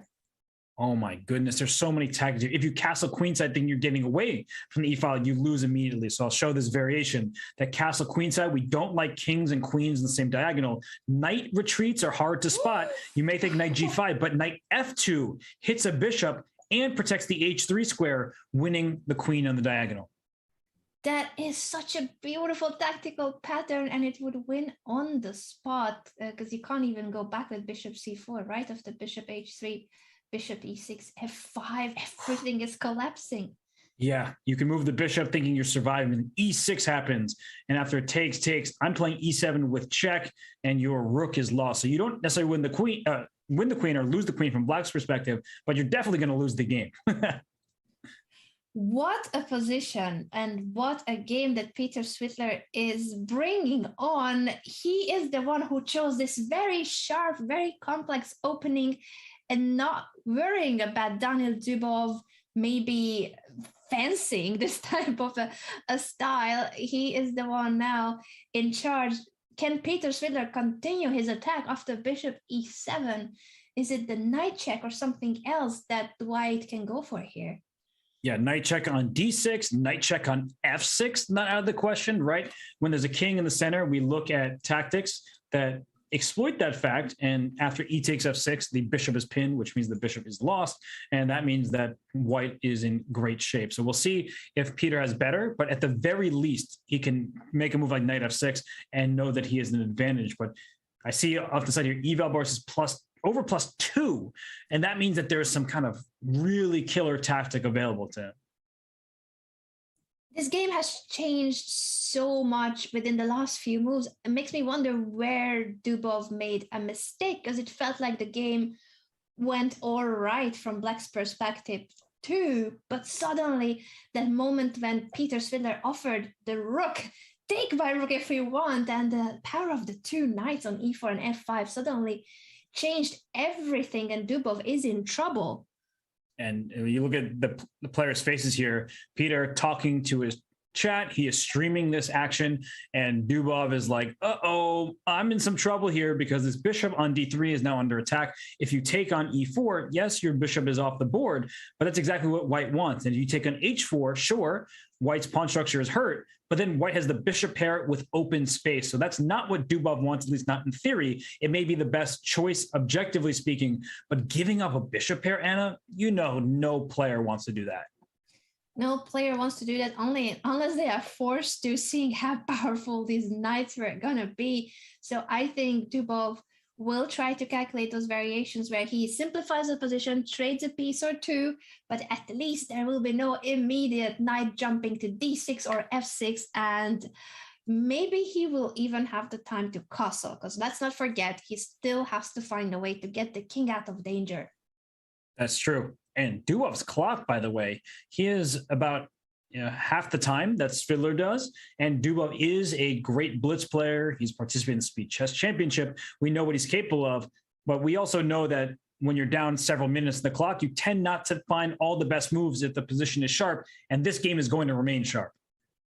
It is such a sharp position indeed, and with only a 2-second increment, this is a major time difference, and he still has not made a decision. There aren't too many options. He's got to deal with that hanging bishop. And he's thinking, do I retreat? No, he says, I'm going to bring my knight into b4, but that makes knight f6 check even more powerful, Anna, because the knight on c6 was defending the bishop on e7. So after knight f6 check now, pawn takes, uh-oh, now e7 is under attack. The rook is ready to take it. The king, even if it goes to the queen side, it's not safe with the bishop and queen aiming at the b7 square. So I actually think that this game is really, really bad. And knight f6 check, and if we are being honest, it's a pretty obvious tactic to play. I think Svidler is calculating it, and he has just played it. It's on the board. Knight f6 check. The 8-time Russian champion goes for the piece sacrifice. This piece will be won back later on e7. But Dubov, even after this, he might be able to take on e7. But everything is collapsing. Robert, how is he going to survive this position? It looks like it's completely completely dominated by the white pieces and lost. It certainly is. One check would be checkmate, and that's why Dubov says, I don't want to, walk into a pin, but if I left that pawn e7, I couldn't castle. So the knight would have tried to venture in or things like that. But now the question is how to continue for white. If you take on b7, you're trading off pieces. When you have an attack, you do not want to trade queens. Sure, that could win you a pawn on b7, but with a knight fork looming on c2, that's not what you want to do. You need to get your pieces in, that the bishop, the rook, b3 should be played right now. And he plays a3, allowing a fork. Oh, no! It completely drops the advantage, and it even shows advantage for black now. A move difference, whether b3 or a3, and it seems to have been a decisive mistake from going from advantage to disadvantage. Yeah, I mean, that was surprising, but c4, look at that calm move by Dubov. He could have taken this rook on a1, but had he captured this rook on a1 a moment ago, this bishop on d3 would have been lost. So that's why he didn't take, because he would have lost first the bishop, and probably also that knight as well. So c4, saying your rook, you can save it. Rook a2, ugh, that's a terrible rook. Rook b1, well, welcome to my bishop's line of sight. And maybe black's king is not going to be checkmated after all. So a huge miss from Svidler. He still is up in time, Anna, and the black king won't be fully safe. So Svidler, of course, has his chances here, but it's not going in the right direction. What a blow for Peter Svidler that suddenly it is him who has to be careful. It was such a powerful attack going for the most direct and straightforward continuations, but he somehow missed which pawn push was the right one. Not that it was an easy position, easy for us to be talking here. We can take our moves back. So this was a very messy, chaotic position. He is again leaving the rook hanging. Oh my gosh. So his idea after knight takes a1 is just to play pawn takes c4. And if bishop takes c4, the bishop was doing an important job. Knight f5 comes in, and this knight's under attack. Knight g7 check. You see the evaluation bar. It says equal, because of course all chess positions that are crazy complicated are just equal. But I do not envy the defensive task of Dubov. He made the move f6, which apparently is the best move. And what a move it is, because it allows queen h5 check, and then Dubov will just move his king over to d8. And apparently Dubov winning the rook on a1 really is better now. What a crazy game to understand. The evaluation bar has been shifting from one move to the other. These are two super grandmasters, but it feels like they were both losing and winning at certain stages of the game. Now after f6, it is Peter Svidler who is going to drop one of his rooks. And as strange as it is, queen h5 check is only a check after king d8. The king is safe. There's no rook d5 because the knight is guarding that square too. Yeah, very important that that knight is protecting the d5 square, as you mentioned. And wow, queen h5 check, it looks scary, but Dubov, he's concentrated. He's got his head in his hands, and that's not because he's upset. It's because he's trying to work through this. King f8 simply allows queen h6 check, so that's why the king went d8. And just to show very quickly that there was no bishop g6 or in the position, because there was a rook loose on h8. So that's why the king decided to run. And the attack continues here. You could still take this rook on a1, but rook takes b7 looks pretty scary. The evaluation bar is showing full black's advantage, but not with the capture of the rook. What a game! I don't even think the evaluation bar knows what's up here. It is just going up and down completely without knowing what's happening. I don't think we ourselves know, nor the players should have a clear idea of who is doing better now. So queen a5 check, king e8. I mean, I'm not confident in where this king is going, but king e8, queen h5 check, queen f7 probably doesn't work. Oh my gosh, I know this is ridiculous. I know, it might end in a draw. Imagine after all this mess, it peters out. Seriously, I mean, queen f7, there's bishop c6 check. Now there's queen h6 check. Yeah, where's the king going? Yeah, where is the king going? King f7, then queen h5, then king g7, but you're walking into a pin? Oh my goodness. I mean, this is scary. Very scary stuff, and Dubov only has a minute to figure out how not to collapse here. I would not be surprised if this game ends in a draw with a repetition of moves, because it's such a sharp position where both players can be in massive trouble. The question is there anything better for Dubov after queen h6 check? Can he walk out of the checks somehow? He's going to walk to f7. I mean, you see him, I can see his eyes, he's calculating, he's looking at the possible checks where his king can go. And the point is that after the queen tries to go back and forth, the king can slide over to g7. And that should allow him to escape many of the checks. And he is up an entire rook. So let's not forget about that fact. And white doesn't have enough firepower because this bishop on c1, Anna, has never been in the game. It's such a pity for Peter that the c1 bishop could not join the attack, because he wasn't worried about losing material. He gave up a rook already at an earlier stage, then he sacrificed the other rook. It's only that the c1 bishop is not participating. Yeah, and he had to play h3 because queen e1 would have been a checkmate for black. So h3 gave the king a square to run to, but now king f7 played. And if queen h5 check, we'll see king g7 and no more checks to follow, at least not immediately. It seems that is now the situation after the smoke clears, material advantage for Dubov and no repetition of moves. The king will walk to g7. If only there was no pawn on d2, maybe you would have a pawn push to f5 and suddenly the bishop could appear on h6. But even that, the existence of that pawn on d2 is not helping white. Yeah, sometimes less is more, and you want to get rid of that pawn. There is, if this queen were already on the 5th rank, bishop d5 would be, my arrow game off there, but there would be a pin because the rook pins the knight, and f5 played. This is such a tricky move to face with 45 seconds. Yes, Dubov has more time, Anna, but how do you even react to this? If this were bullet, I imagine queen e1 check, just throwing in a check, but then your queen is away from your king. So I don't think you want to run away. Yes, this is not obvious at all, and both players are down to their final half minute. There's a 2-second increment. Dubov ends up taking on f5 with the bishop. It seems to be the correct response, very calm and collected. Dubov calculates every single possibility and just make sure that he doesn't give any unnecessary chances to Peter. Yeah, I mean, d3, the bishop is now opened up, but it's too late. The knight can even take the bishop, and knight c5 played, so he's retreating, and g4 just trying to play bullet at this point. Okay, queen e5. To move that bishop too. Finally, it feels like the c1 bishop can actually get into the game. It is. He went to f4, but the rook on b7 is hanging. A second rook now taken. Yeah. Where's the king going, though? King g7, there's like bishop h6 and bishop d5 mate. So don't go to g7. Queen d5 check now. Has to be played. Queen d5. There he goes. Okay, Dubov down to 10 seconds. He plays king g7, queen b7, there's queen e7. And then he finally has everything under control. But 7 seconds, Dubov, he finds it.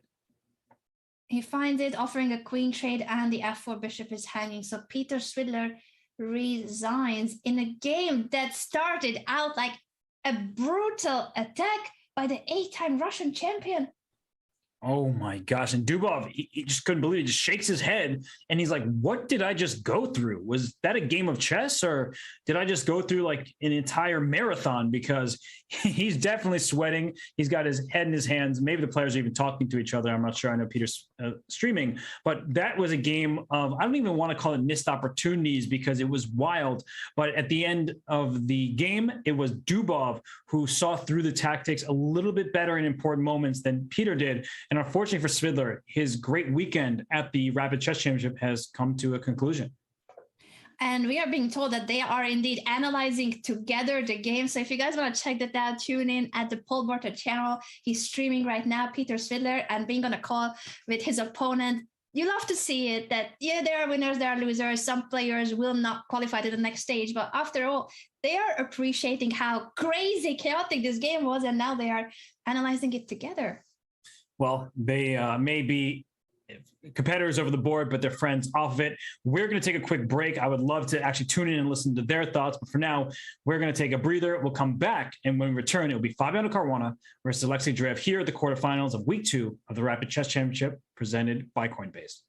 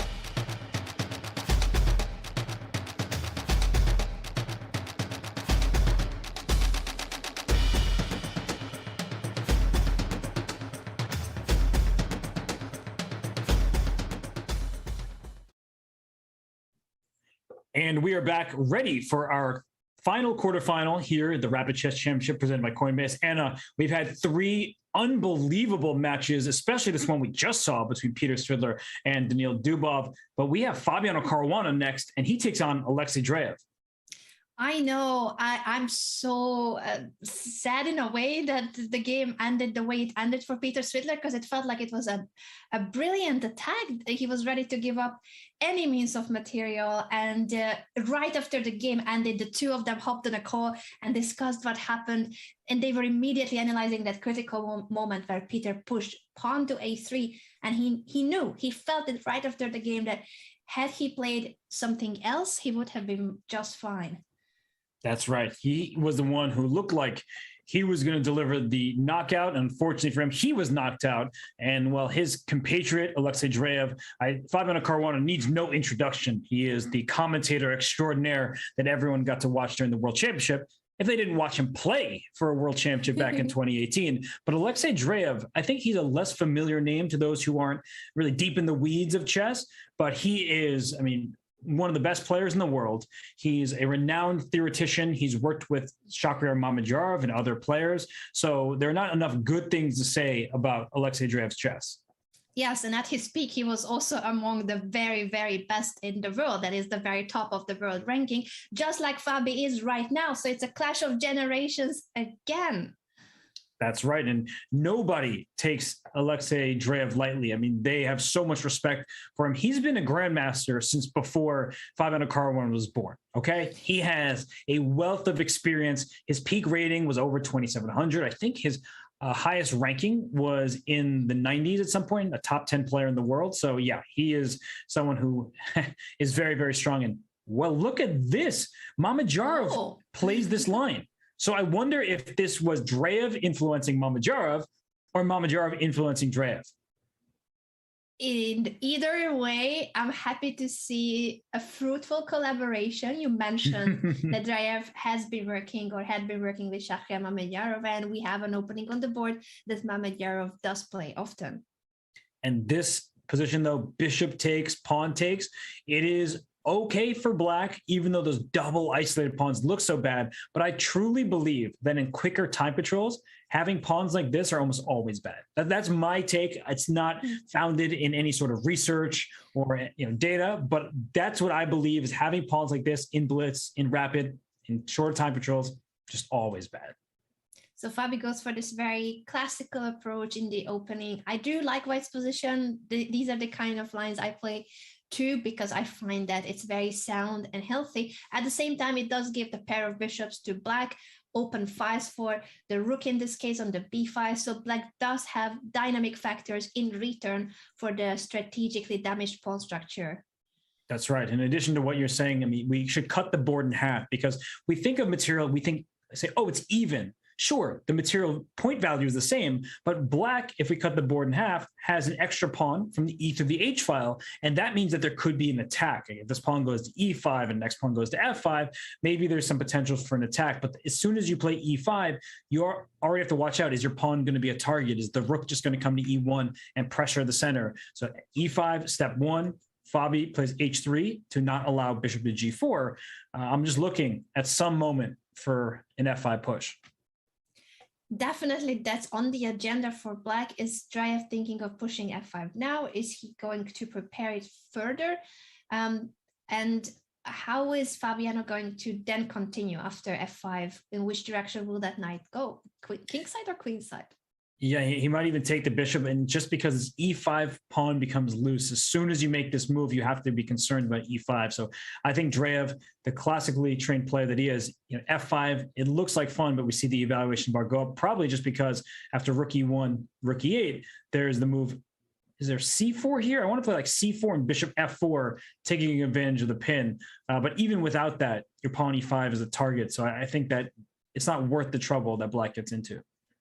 Exactly. It feels like it's too soon for black to want to go for a concrete line when he's still undeveloped. And it just shows that because of the C8 bishop not being developed, oftentimes that E8 rook was going to be in a pin over the E5. So it might just be time for black to consider where to place that light squared bishop.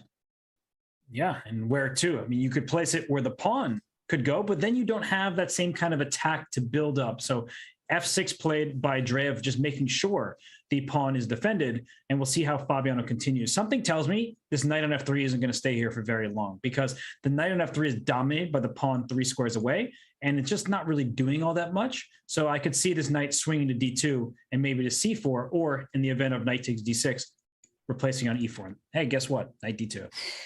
I love those knight maneuvers so much. It happens a lot in the Rossolimo when you give up the light squared bishop, that then the knights take over on e4 and c4. And this is exactly the story here. So what is Drev going to do about it? Once the knight is on c4, it's very annoying. Yeah, and bishop a6, you may think, oh, let me just take care of your knight jump, but the bishop on a6 isn't a good piece. It's not the square that the bishop wants to be on. So I wouldn't advise seeing an idea and simply preventing it. Black needs to come with ideas of his own. I like your rook b8 idea from earlier. Getting your rook to semi-open file makes sense to me. But there is knight c4 coming, and this bishop is going to be attacked. So I don't know, and I just don't like these positions from the black side. And I also like Fabiano's lead on the clock. I like it too. Very confident play by Fabiano, and it is Drev who has to face some really difficult questions. He cannot just go for bishop a6 and say, I can trade the bishop for that knight, because that would that trade on c4 would have opened the d file, and there were tactics hanging pieces on d5 and d6. That's right. Just to show what you're saying, you think, oh, I'm going to take a knight that goes there. Your point is perfectly suggested. I mean, just the knight on d5 has to move, the bishop on d6 is lost. So that's why the bishop getting out of the way first. The knight still comes to c4 though. It blockades the double isolated pawns. And don't be surprised if b3 happens at some point to reinforce the knight, but also allow bishop to a3 as well. So I mean, f5 at some point, and I feel like that's a necessity from black, but I tend to make these moves. I lash out thinking I need to do something, and then I immediately regret them. Drev, he's calmer than I would be in this position, just plays bishop to f5. And exactly, because that pawn on f6 is doing an important job holding the center, protecting the e5 pawn. So instead, he places a bishop on f5. Developing move makes perfect sense. At the same time, White's position is still just very sound and slightly better. The trade of the light squared bishop is not really a threat in White's eye. Once that trade happens, it is the wrong bishop for black that stays on the board at e7. Bishop is very passive. That's right. And something important to note that, the trades that favor you versus trades that favor your opponent. And so White would love to trade off this bishop and this knight for, honestly, doesn't matter which two minor pieces come off for White, but those two pieces are the better black pieces. And so those trades, knight e3, for example, if we just make those trades we're talking about, and if black takes here, you'll see the evaluation go up a lot because White's endgame is much better with these pawns. So that's not what black wants. Black is not trying to trade the knight and bishop, light square bishop that is, because the bishop on e7 is a very bad piece. Exactly. And for that reason, Fabiano has a free choice of how to continue his development, since bishop takes e4 is not an issue. What is going to happen now? What do you think, Robert? You know Fabi very well. In which direction is he looking? He's probably thinking, do I need to play a move like queen e2? As you're saying, bishop takes e4 doesn't look that scary, but he plays rook to e1. He just defends the knight there another time. And he can play bishop e3 at some point. I'm sure he's looking at that, because you give up the bishop pair, but as we keep talking about, the bishop on e7, it's not a good piece. So as long as Fabiano can prevent Alexei from playing f6 to f5, and that's exactly what he's doing by putting the pawn e5 under attack, then he should have an advantage going forward. He has an edge. It's difficult for black to get fully active. He played b3, so now his bishop at some point can come to a3, and the c5 pawn is targeted. So I really like White's position. Absolutely agreeing with you there. I'm always biased when I say this structure, but it also is true that it's so much more difficult for black to find the most precise continuation. Drev is going for a very typical knight maneuver. This knight could end up being on e6, so then jump to d4 or f4. At the same time, the black bishop, the dark squared bishop of White will be developed soon too. I was expecting that it would land on a3 at some point and put pressure on c5. Instead, we see knight g3. Robert, what are your thoughts on this knight move? Well, I have to say, I loved Drev's knight retreat. Knight c7, 96, as you said, is a typical plan, but a very, very good one. And knight g3 begs the question, is your bishop going to go to the square that your knight wants to go to?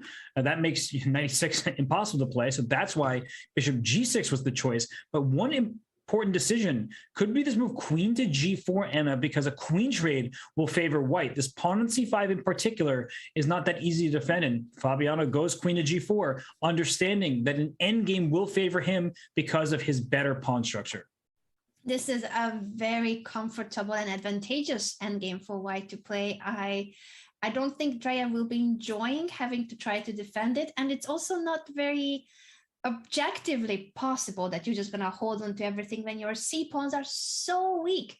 It's not going to fall immediately, but it's a long-term weakness in black's position, the isolated doubled pawns. Sustained pressure. And knight d4 going for c2. Okay, rook c1. You attack my pawn, I defended. And there's no way for black to get a5, a4 in. You actually don't want to play the move a5, because when white plays a4 to make sure the rook on 8 is passive, the bishop can slide back to d2 at some point to put pressure on that pawn. So it's not just the double isolated pawns, it's also the isolated a pawn. White's double pawns on the king side, well, I can play f3 at any moment to protect that pawn. So I really like this position for white. The bishop on e7, an important defender, but that's all it's going to be in this game. It's not going to be participating in active counterplay. It's a sad story for the dark squared bishop of black, and black would be willing to go the extra mile if you could ever get it out of the pawn chain, but it's not that dreams can just come true like this. You cannot teleport that bishop to d4. Unfortunately, not possible. Well, I can do that.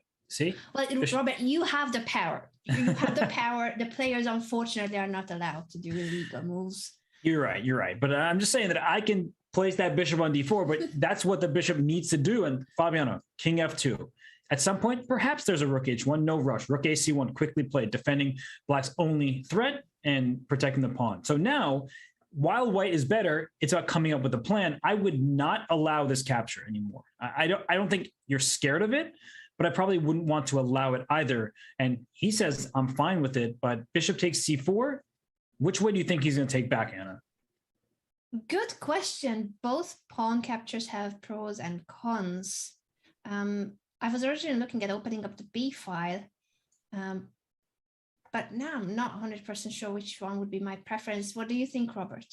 I asked you because I wasn't sure either, but I think one of our instinct is take towards the center.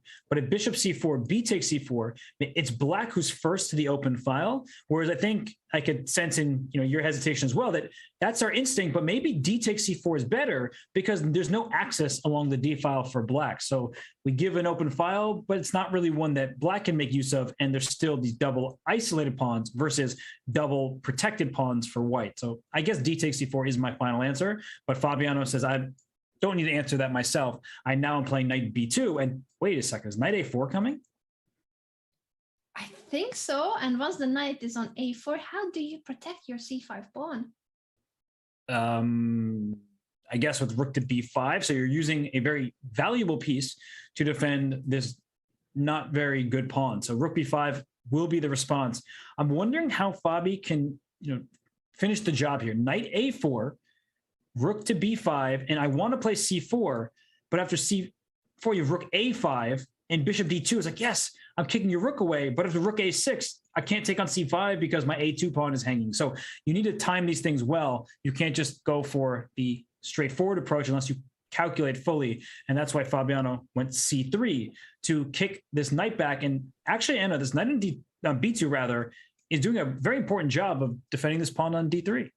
Exactly, because that's the only drawback of kicking the knight away. The d3 pawn is now vulnerable in white's pawn structure, but the knight is guarding it, and Fabi is bringing more pieces toward the central files, rook to d1. And that means that now the knight is free to leave the b2 square and attack the c5 pawn. And so Drev brings his rook to b5 to make sure c5 is extra defended, but the knight is in the bishop's path, so bishop on f7, not the happiest piece. And how do you improve your pieces for white? Maybe I play king e2. Just bring the king towards the center. He goes rook h1. Oh, he stops h5. So he's not even giving black any counterplay. zero counterplay. And it's very instructive to see that in this type of position, with the positional advantage that the isolated doubled pawns will be there for a very long time, if not for the entire game for Black, you don't need to rush. All you need to do is make sure that Black has no counter chances, and then sooner or later, probably later, you will actually end up winning a pawn or two. I mean, this position, look at this advantage now. It's growing. F4, he's going to play it for sure because he played G3, so he could play F4. Oh, he doesn't do it. I really thought he'd play F4 to play F5 because you need both of these pieces defending the C5 pawn, but maybe it's not going anywhere. F4 still looks good on this turn. We'll see if Fabi plays it. That would be a very logical continuation, suddenly changing the nature of the position to a more concrete and very direct approach. Let's see if he thinks this is now the moment to switch to concrete, or will he continue preparing his position? And there it is, F4. Yeah, I understand because he went king e2 first. He just wanted to make sure all of his pieces were defended. He didn't want to lose sight of anything. So I get what he was doing. But F4 now is just a disaster for Black because after E takes, G takes, you fix White's pawn structure, and F5 is coming. That knight, that bishop, and it's more important, the knight is moving because C5 will drop. So yeah, Drev's in a rough spot right now, Anna. Really rough spot. Again, a baby fork that will win a piece. How can Black deal with it? It's just really tough to see. We would either need to move the knight or the bishop away, but that doesn't solve everything because the C5 pawn too has been a major target, and once the pawn is pushed to F5, the knight can no longer hold on to that pawn. And there's just nothing that you can do. You say, oh, I want to play F5 myself, but look at this E5 square, for example. So F5, you don't even need to take. You could take and do well, but knight E5 hits the bishop, hits the rook. That's not a baby fork, Anna. That's a big fork. Indeed, that would win on the spot. So not even F5 can save the day for Drev. It is a decisive advantage for Fabiano after all those forks are on the board, F5 or knight E5. For that reason, Drev moves the bishop to F7, at least steps out of F5. That would have won a piece for Fabi, but F5 still is something to consider because of the C5 pawn. He considered it. He liked it. He played it. And knight G5. And he doesn't want the pawn. Look at this. He goes, bishop takes G5. Because after F takes, isn't just knight E5. It's that bad bishop that Black is going to be left with if White wants to fork the rook on D7, the bishop on F7. So, I mean, it's kind of a position where it seems like Black is barely holding on to everything. But Fabi, I mean, he didn't take this pawn to C5 when he could have. He did not. He instead transposes to this position that you mentioned, Robert, the pair of knights versus the pair of bishops. But what a beautiful spot for both of the knights of White. And even if there will be a trade of one of the knights for the bishop, it is the wrong bishop that will remain on the board for Black. Yeah, not a good piece. And Fabi, before taking on F7, he's thinking, do I have to? Is that bishop going anywhere from F7? If it goes to D5, then he can play C4 and kick it right back to the square it came from. So I don't think he's in any huge rush. And he's also ahead on the clock. So he's maintained his advantage over the board. He's maintained his advantage on the clock. He does take on F7. And now King D2. That is such a Fabi move. King D2. Let's get my king out of the center so I can put a rook on the E file. He is just trying to get his pieces all on their best possible squares. It's very instructive to see how patient he is with this whole middle game, now endgame phase, moving the king one by one to a better square on C2. It's a lot safer, and it's also helping to guard the D3 pawn, which is the only target in White's pawn structure that Black can be aiming for. So we have all of these positives in the position for White. Double isolated pawns, double pawns on the king side. The piece placement, the knight on E4, clearly better than the bishop on E7. But how do we win? That's the big question. We all know that Fabiano has the advantage. Drev knows. Fabiano knows. But it's not clear where you actually win this game. So let's see how Fabiano does this. I can imagine him shifting to the E file because his rook on H3 defends this pawn from the side. I think that's in part why he lifted the rook to H3. But even there, once you get your rooks in the E file, I still don't see the necessary breakthrough. Yeah, certainly it's going to take quite some time. I like the doubling of the rooks on the e5 and maybe even a knight maneuver, because that knight could also go to d2, c4, and toward e5. I love that. I like really maneuvers like a lot. Yeah, no, I think that's what at some point is going to need to happen. And I'm also curious what happens with these queenside pawns, because white can start pushing the pawn to a3 or a4 at some moment to think, is my pawn up the board to a6? Will that help me? And he plays rook e3. So first doubling the rooks in the open file. I would not suggest pawn moves for black, because then knight c4 attacks a pawn in addition to the e5 square. So I think that black needs to stay put more or less, and Fabiano will continue trying to optimize his piece placement. Let's see how he does it. He's got 3 minutes on the clock versus 1 minute for Drev. There is a 2-second increment. So there's the difference between yesterday's Swiss format and today's knockout stage, that the rapid is 10+2, not 10-0. That's right. So the 2-second increment means that even though Drev has dipped quite low on the clock, he can regain time. So I love the way that Fabiano has been playing, but I also have to give such credit to Drev, because he's holding the position together. And from the opening stage, we said, well, I said in particular, and I think you agreed with me, those double isolated pawns, I never want those in quick time controls. I don't want those in classical time controls either, but it's particularly in quicker time controls. And yet Drev is making Fabiano's life difficult. Yes, just by standing still, because as you mentioned, if he were to push, for instance, the a pawn, it only creates further weaknesses for him. So he has to be very patient too, and accept that there is no active counterplay for him. He needs to stay still and defend with everything possible, but not change the nature of the position. That's right. And I mean, for Fabiano, he might need to change the nature of the position at some point. He just put his rook over on h3. Now Drev brings the rook back, and I'm wondering how Fabiano is going to go for more. So why did the rook come to e3 and back to h3? Knight d2, Anna, your idea. I like it. Let's see if it leads to anything, though, because just because the knight is on c4, now the bishop from f6 is guarding the e5 square. Knight a5 was my other idea with the knight maneuvers, so that we can start bothering the c6 pawn. There's a trade of rooks on e7. You know what he might end up doing? Is a3 and b4. This is getting rid of the double pawns, but it gives white some very important space, and the king can move up the board. And if you trade on b4, then you can also play d4 next and continue to take better control of the board. But knight came back to d2, Anna, and this means that his rook is free because there's only one black rook remaining, and h5. Oh, we thought that for Drev it was all right to just try to defend somewhat passively, but he's the one who pushes h5 to grab the h5. And if rook h3, he just wants to push g4, I'm guessing. Wow, that's a really big decision, but he figured, I have a minute on my clock. I can't continue to do nothing because I feel like my position isn't objectively good. So rook h3, g4. White can throw in knight e4 first to attack the c5 pawn. The bishop will slide back to e7, and Fabiano just goes rook to h3. And now what? g3, but g3. Knight e4, and after g2, what's rook g1? Okay, and after he can take on c5. He can take on c5 with check.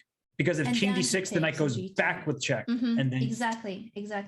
That's really important. Because if he had to take on g2 first, rook takes f5 is guarding c5. But this move order is the most precise and keeps white's advantage.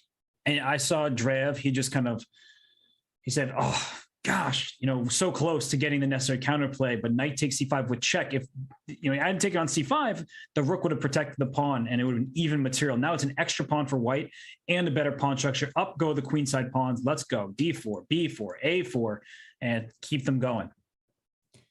This is such an instructive endgame, and Drev, all credits to Drev too for how resourceful he was in a very difficult endgame. In the end, maybe h5 was not the best, or something slipped out there earlier. It felt like he was almost holding in a very tough position where the pawn structure was so vulnerable. A current position being an extra pawn for Fabiano, and they are below 1 minute, both players. And Fabiano can take a pawn on g5. He's going to consider that. But after bishop g5, rook g5, rook takes c3, we're getting into endgame where white is up one pawn, but not too many pawns remain. There tend to be plenty of drawish tendencies if black can protect the remaining pawns. So that's a big decision right now that Fabiano is calculating, and he goes for it because after bishop takes, rook c3, there's rook a5, defending a2 and attacking a7. It's really important. That is a key detail, and that's what Fabiano is going for indeed. If it wasn't for rook a5, black would have had good drawing chances, but now that the a7 pawn drops too, this is going to be 2 extra pawns. A6, black wants white to take that pawn right now so that the black king could be activated and attack d4. So there's still some practical chances if you let the black king be activated.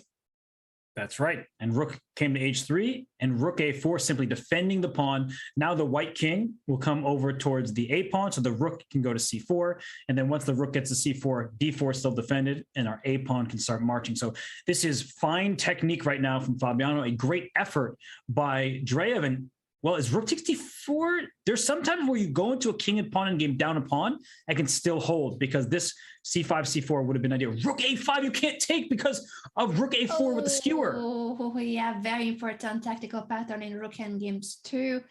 And now the king can go closer step by step, but the white king will also be activated. Oh my goodness. I mean, what technique? Like, that might have been the only move at that point, and now he's up 2 pawns. Drev is shuffling his rook around, giving some checks, but it's 2 extra pass pawns. The a pawn is rolling. Anna, I mean, this has been a fine display. More than fine indeed, Robert. I thought that Drev has given quite a tough fight and defense for Fabiano when it was better position. It has always been, almost always been somewhat better for Fabiano, but it wasn't a clear-cut way towards victory. Now with the 2 extra pawns and that a pass pawn, Fabiano is more than in charge to convert it into a full point soon. And 15 seconds, and not too much time for Fabiano either. This is where mistakes can happen in endings. And let's see where he goes to from here. His king is active but can't advance. The rook cut off the king from the c5 square, and Fabiano plays rook g5, probably trying to play d5 next, and Drev stops it. He stops it, and Fabiano's down to 9 seconds. He made a quick move. You couldn't go rook g4. I think that would have been a 3-time repetition. So king goes into d6, and now rook g4, okay. Defending the pawn, and now go rook g7 check, I think. Yeah, he's gonna go rook g7 and rook d5.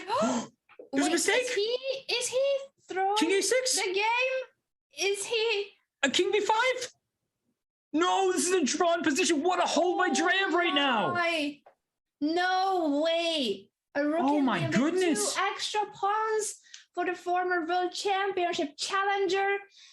Fabiano Caruana will not have a way to convert this anymore because the black king is blocking both pawns and the black rook is very active too. Oh, and the rook can't move from the 4th rank because you lose this b4 pawn, and the king on b5. It does all the work. It has the game on its shoulders. Don't take on d3. That's how you lose this game. Just keep the rooks on. Now rook b3 short. Do not take the pawn on b4. That will allow the a pawn to roll. Keep your king on b5. That's all you need to do, and give the checks. This is incredible. We were praising Drev for his incredible defense from earlier, but eventually Fabiano found a way through and got to have a rook endgame with 2 extra pawns, which he would normally convert on any day, but not this game, not today. This will lead to a draw, and that will mean a blitz game. There needs to be a tiebreaker between these 2 players. Wow, and that's going to be a disappointing finish for Fabiano, who really played a superb game. It was a masterclass, in fact, but Drev, to his credit, throughout this game, he has made Fabiano's life as difficult as possible at every turn. And here he goes, and he's going to salvage a draw. Tiebreaks are fun, but maybe not so fun for Fabiano right now. No, he will definitely need to try to forget about this game for now if he wants to play as best as he can in the tiebreaker. Oh, and you see Fabiano, he kind of gives a smile up, but just because what else can you do after a 100 an 8-move game, a battle, and a hold for Drev. I mean, we can go back in time as Fabiano, he looks like he's stretching his legs.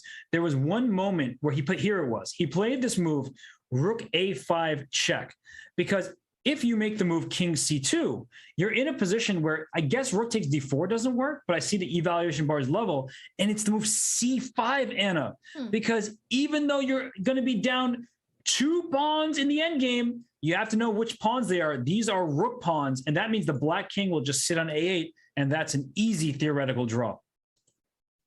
There were so many instructive moments in this game, and first and foremost, the fighting spirit that Drev, even though he knew he is in a losing position, that it's an end game where he should be going down, he kept fighting, he kept trying to make it difficult for Fabiano to convert, and he was, in the end, awarded half a point for this fighting spirit. Wow. So, Fabiano, he stepped away. The players, after such a really hard-fought battle, they deserve, a moment of rest, but the games will continue as soon as Fabiano gets back in this chair. Wow, he is going to be disappointed. But for Drev, he gets the white pieces, and it's one game of 3-minute plus a 2-second increment, right? So that's good chances for Drev. In one game, anything can happen, and it is Drev who has now the psychological edge. It matters. We always mention how important it is, the psychological side of chess. It's not just the chess moves and their knowledge and skills, but also how do you manage those thoughts in the back of your mind, especially when you are coming off of a game where you should have won and you are kicking yourself for not winning it. And, you need to have nerves of steel at the highest levels of chess. And all of these players, they tend to be able to regain their composure quickly, especially when they play in blitz and rapid tournaments where they're playing many games in a day. And here we go. Drev with the white pieces. No surprise that he starts with D4. He is a queen's pawn player. And Fabiano chooses. So far, it's a QGD. We'll see what Alexei plays for. And, okay, we're getting Queen's Gambit decline. Queen's Gambit declined Fabiano with the quick moves. It's a 3+2 now, so we have moved from the 10+2 to a 3+2 blitz game. Again, it's only one game unless it's a draw, and then we're going to go to bullet. And it's funny how psychology works sometimes, where Fabiano played a great game, but all he's going to remember is not winning it, right? Yes. And it's so unfair in a way. One last mistake and everything you've done for the previous 100 moves does not count. No, it does not. But right now, what does count is Fabiano's lead on the clock. He's up half a minute, and this is a 3-minute game. There is the increment, so Drev will be able to work his way back up on time. But he plays the quiet move, bishop to e2. If pawn takes c4, we likely can see a queen trade. And just because the queens are up doesn't mean that the game is just a draw or anything like that. And Fabiano plays it. And the reason why is white can play for b4, try to gain space on the queen side, or now, Anna, we can keep the queens on. Indeed, and this is such a classical position. I think for Drev, this type of position suits him and suits the match situation, especially for what happened in the previous game and how he's got the moral edge. He's got that boost that he survived. Yeah, he does. But right now he's still deliberating where to move his queen or to move it all. He plays b4. The bishop quickly drops back to e7 and queen comes to b3. It's more space for white. This pawns on a3 and b4, and they are restricting black's pieces. A rook can come to d1, a rook can come to c1, a knight maybe to e5 if we want to trade, a knight to b5 if you're not careful. I'm liking the look of this for white. I like it too. For what we see on the board, slight advantage and pressure, but even more so as the full picture of what has just happened and how the players need to adjust and try to put that game aside, especially for Fabi. He needs to not think about what happened a few minutes ago. He has to start from a blank page, and it's so difficult. They are not robots. They're not machines. No, they certainly are not. And a6, queen e8, that's a very calm approach to this position. Black, no pieces past the third rank. It's not Hikaru Nakamura playing as David Anton. No, this is Fabiano Caruana, and he just doesn't have space. And honestly, he doesn't really have a plan. Yeah, this is a sad position for Fabi, and it's not where his outstanding calculation can thrive. It's a very solid position. Mm-hmm. Although trading pieces helps the side that doesn't have as much space. So rook d8 is a very good move. And he had to play b5 first because bishop c7 could have been a big nuisance hitting the rook and hitting the pawn. And now if bishop c7, well, you don't have to deal with a pawn hanging, so you have more choices. Indeed. So the current situation is that Drev is offered that rook trade. He can take on d8, but then the queen will maneuver. It will be regrouped, and the other rook, the f8 rook, can also get into the game. Bishop d3 is instead his choice, saying that the queen on e8 and the rook on f8 are stuck at the moment. The knight b8. If you need to go backwards to that extent, queen on e8, rook on f8, knight on b8, this is not a good sign. It is not a good sign, but the bishop on b7 was jealous of the bishop on d3. So I said, get out of my way. Let's open that bishop up. And now I think that Fabiano could play knight c6 back or knight d7 he goes for, keeping this bishop open. Now, there's one bad thing for white. It's this knight on c3. If the knight weren't there, this rook will go into the c file, but Drev goes bishop b1. I think we know what he might want, and it might be a checkmate. That queen bishop battery is really powerful, and it is black who will need to start thinking about the defense of the king's side, also not just how to develop his pieces. Speaking of king sides, the g2 pawn too is really vulnerable. Yeah, and I mean, this is another battery. It's not the queen first, it's the bishop first, but the pawn on g2 is now in trouble. And queen c2, do not take this pawn on g2. Bishop takes f6, removes the guard. Queen h7 would be made after that, but you don't have to play a move like g6 if you don't want to. You can actually move your rook away. I'm not saying it's a good move, but I'm just trying to show everybody that it allows the king to escape, just to show you. And he plays g6, rook c8 very quickly. Bishop takes, queen h7, king f8. Queen h8 is no longer, there's no longer checkmates, the king escapes, and the rook was blocking the king's run away. So that's why g6 was played just to stop it, and now rook d8. And it does seem like the worst is behind Fabiano. The worst is behind for sure, and now this Drev who is offering the queen trade back. He earlier didn't want to trade queens, now he's back to that situation, willingly playing queen to d3. This minor piece endgame should be just very balanced, although because it's a blitz game, it still might be tricky. And one important thing is the bishop on b7, it doesn't look like a great piece. The pawn f3 blocks it. It defends a6. So white's bishop on c7, it's not protecting this pawn on a3. That is what Fabiano is going to go after. So I think that black should be slightly better as bishop f6 to b2. That's a pretty big threat, and it's not easy to stop. It's not easy to stop, and Drev isn't really trying to stop it. He is moving the king closer to the center of the board, which is what you should all do. We should all do it in endgames, activate the king. But does he have the time to just walk the king over when bishop f6, bishop b2 is coming right now? That's a big threat. This knight on d7 can jump into e5 thanks to the bishop protecting the square. I really like this endgame for black, and the clock.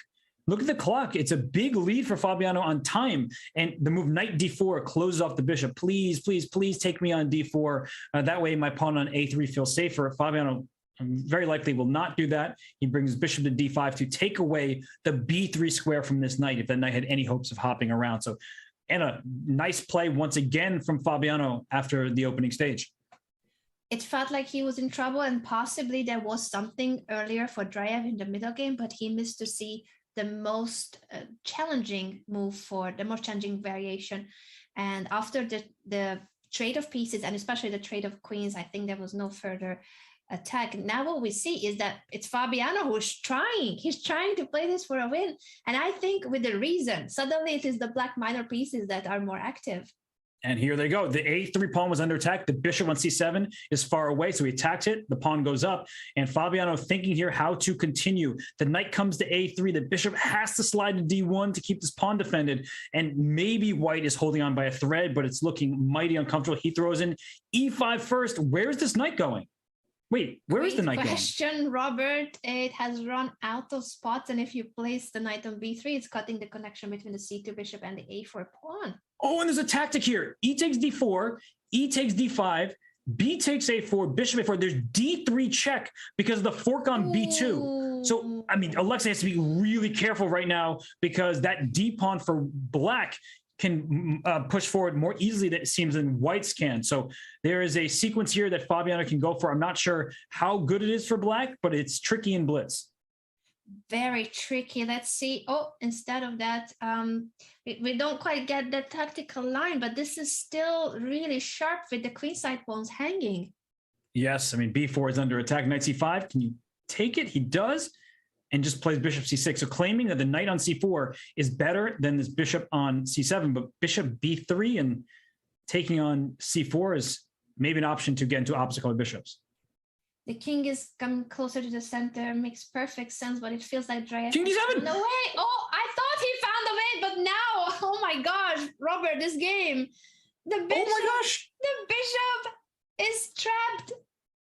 The bishop's trapped. It can go to d6, but you take it, and then king d7, king takes, or king b7, and now take on b6, and king takes, and you're up a pawn, and just winning. Goodness me, he missed it. He missed that the bishop was going to run out of space. Just when he equalized, it felt like he was just out of danger, but there was one more threat on the board. Oh my gosh, and just g5 now. Don't drop any pawns. Bishop b5, bishop c4.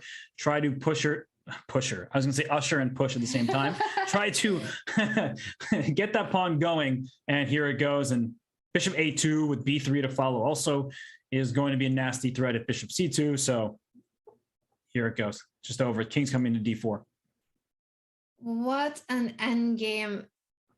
And wow. Paravian is through. After the first rapid game that he didn't convert, it felt like he was in such a tough spot in the match. And Drev started out great in this blitz game. He had the upper hand, and I'm pretty sure that there was something for him in the middle game. When he did, when he set up the queen bishop battery, it would look like a very promising position. So he must have missed something, but overall, it is Fabiano who wins the endgame. This was a much more difficult endgame to win than the one he had in the previous game. So maybe that's his recipe for success, is have less of an advantage, and that way you win your games. But no, in all seriousness, Drev deserves a lot of credit. He was putting up such a wonderful fight. He was defending marvelously, and unfortunately for him, in the bullet scramble, he was not able to withstand the pressure. So Fabiano Caruana moves on to semifinals. Speaking of the semifinals, we're going to take a quick break. When we return, we'll have the semifinal matchup between Hikaru Nakamura and David Paravian. You will not want to miss that. That's for sure. More from the Rapid Chess Championship presented by Coinbase when we return.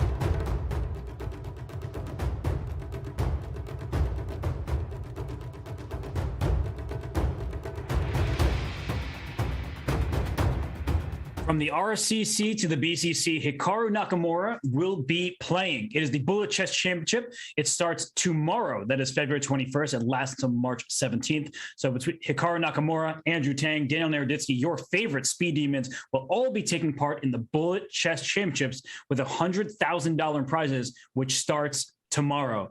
Anna, I'm thinking about playing in the qualifiers tomorrow. You going to play? Any chance?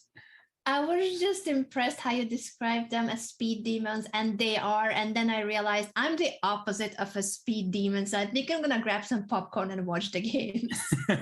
That's smart. And I should do the same. But for some reason, I just feel like, let me try my hand. And I'm not good at bullet. I'm not quick enough with the mouse, but these players certainly are. And all 4 players remaining here in the Rapid Chess Championship, Hikaru Nakamura, David Paravian, Daniil Dubov, and Caruana, well, they're good no matter how much time is on the clock. And we're starting with Nakamura and Paravian, Anna. So what chances would you give Paravian? He did just upset Wesley So. Hikaru gets the white pieces. He's the dominant force in the online chess world. You think Paravian can land an upset?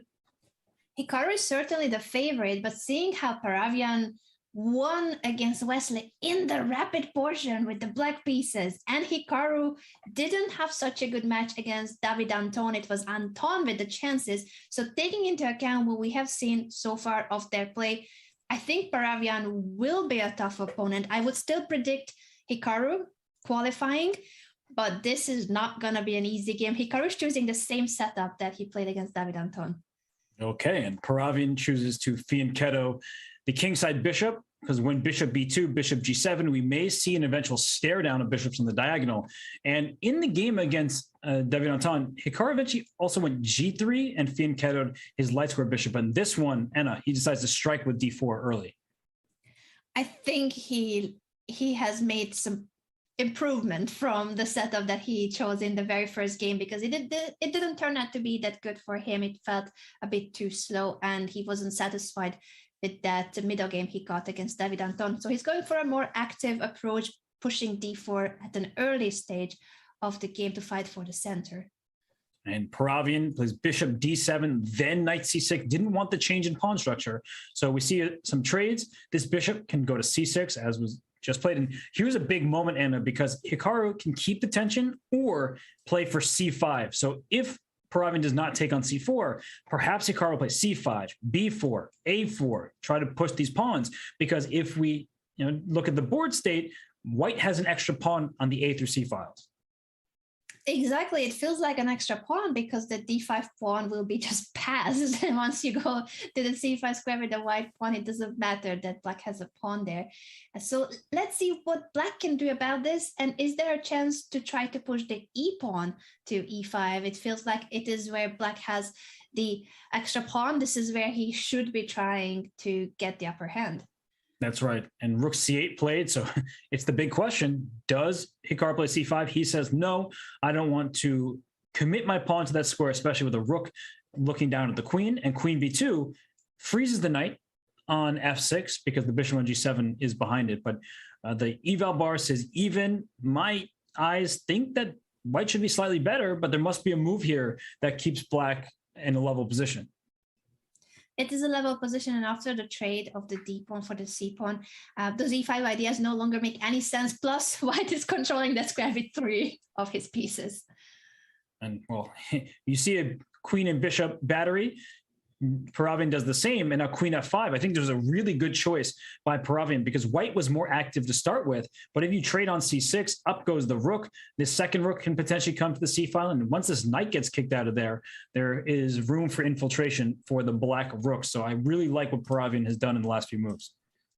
I like it too. It is, again, impressive how easily he equalizes or gets out of the territory where it felt like white was gonna be ready to push on the queen side and get the upper hand, even if it's just a slight advantage. But Paravian finds a way to get out of any of that and simplify the position. Now, after the light squared bishops will be traded, there isn't much going on for either side. That's right. And the queen on f5 looks perfectly placed. The queen on b2 also doing well. And I think we should point out that there's a pawn on a7 that is hanging, but you probably shouldn't take that because when the bishop leaves, there's problems on the diagonal. So bishop takes a7, give me that free pawn. You already see there's the immediate problem. So let's do this the right way. Take on c6 first, and then take on a7. That way there's no bishop takes f3. There's still a problem because black can play this move b5, which tries to take over the c file. This knight can move to e4 very soon. And say you're retreating like this, I can play, I think, knight to e4. You have to play bishop d4, and then your move e5 at long last.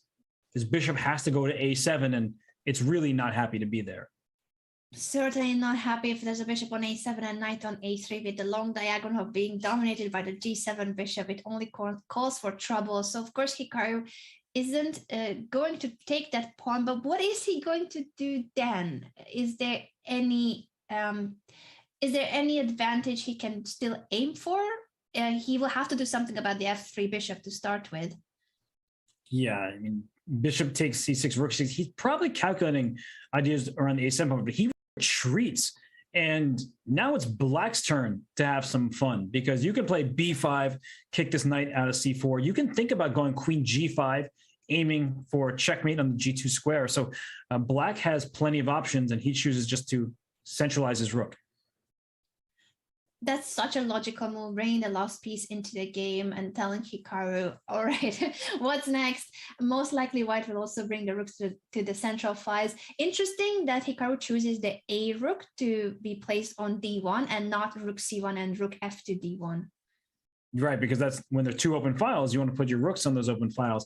There must be something about keeping the rook close to your king, the f2 pawn. And if you have to play f3 to shut down this bishop, having the rook on f1 makes your king feel a little bit safer. So a good point, though, that we typically would see rook a c1 and rook f to d1. I wonder if Paravian can find a way to try to do something, or is he just going to be happy with what he has achieved, that it's a balanced position? He pushes b6 to make sure that in the future there will never be an issue with the a7 pawn, and it also restricts the mobility of the d4 bishop. f3 was immediately played by Hikaru. You called it, that he kept the f1 rook there to push the pawn. And you said restrict the mobility of the bishop. He says, I'll do the same, and maybe e4 at some point. But anytime you make this move e4, your control over the d4 square is not there. So you have to watch out when you're, and he plays e4. And where's this queen going? I guess queen, I don't want to go queen h5. That looks wrong. I feel like I have no attack and my queen might be in trouble. So maybe queen e6, just because I don't have any other options. Yeah, queen e6 feels natural here, but Paravian is taking his time, and he seems slightly surprised that Hikaru went for e4 immediately. Yeah, I mean, it does loosen up this d4 square. There could even be a sacrifice on d4 if you're not careful, because if the rook recaptures, then there's going to be a pin. If the queen captures, there will be a discovery, right? If the knight goes to g4 or something. So I don't think it's going to work just yet, but watch out for a rook takes d4 idea. Certainly that's in the air after the pawn has been pushed to e4. You mentioned that it weakens the d4 square, and watch out for all the tactics and the g7 bishop becoming a major factor. So let's see if Hikaru is going to try to keep that bishop on d4, or maybe a retreat to e3 or even f2. Yeah, I'll have to move his queen out of here first before he moves that bishop, but even moving the queen looks dangerous. There's just too much going on the long diagonal. As you said, it wasn't possible to move the bishop immediately. You need to move the queen first. But now that he moves the knight to e3, he clearly doesn't want to move the bishop on that diagonal.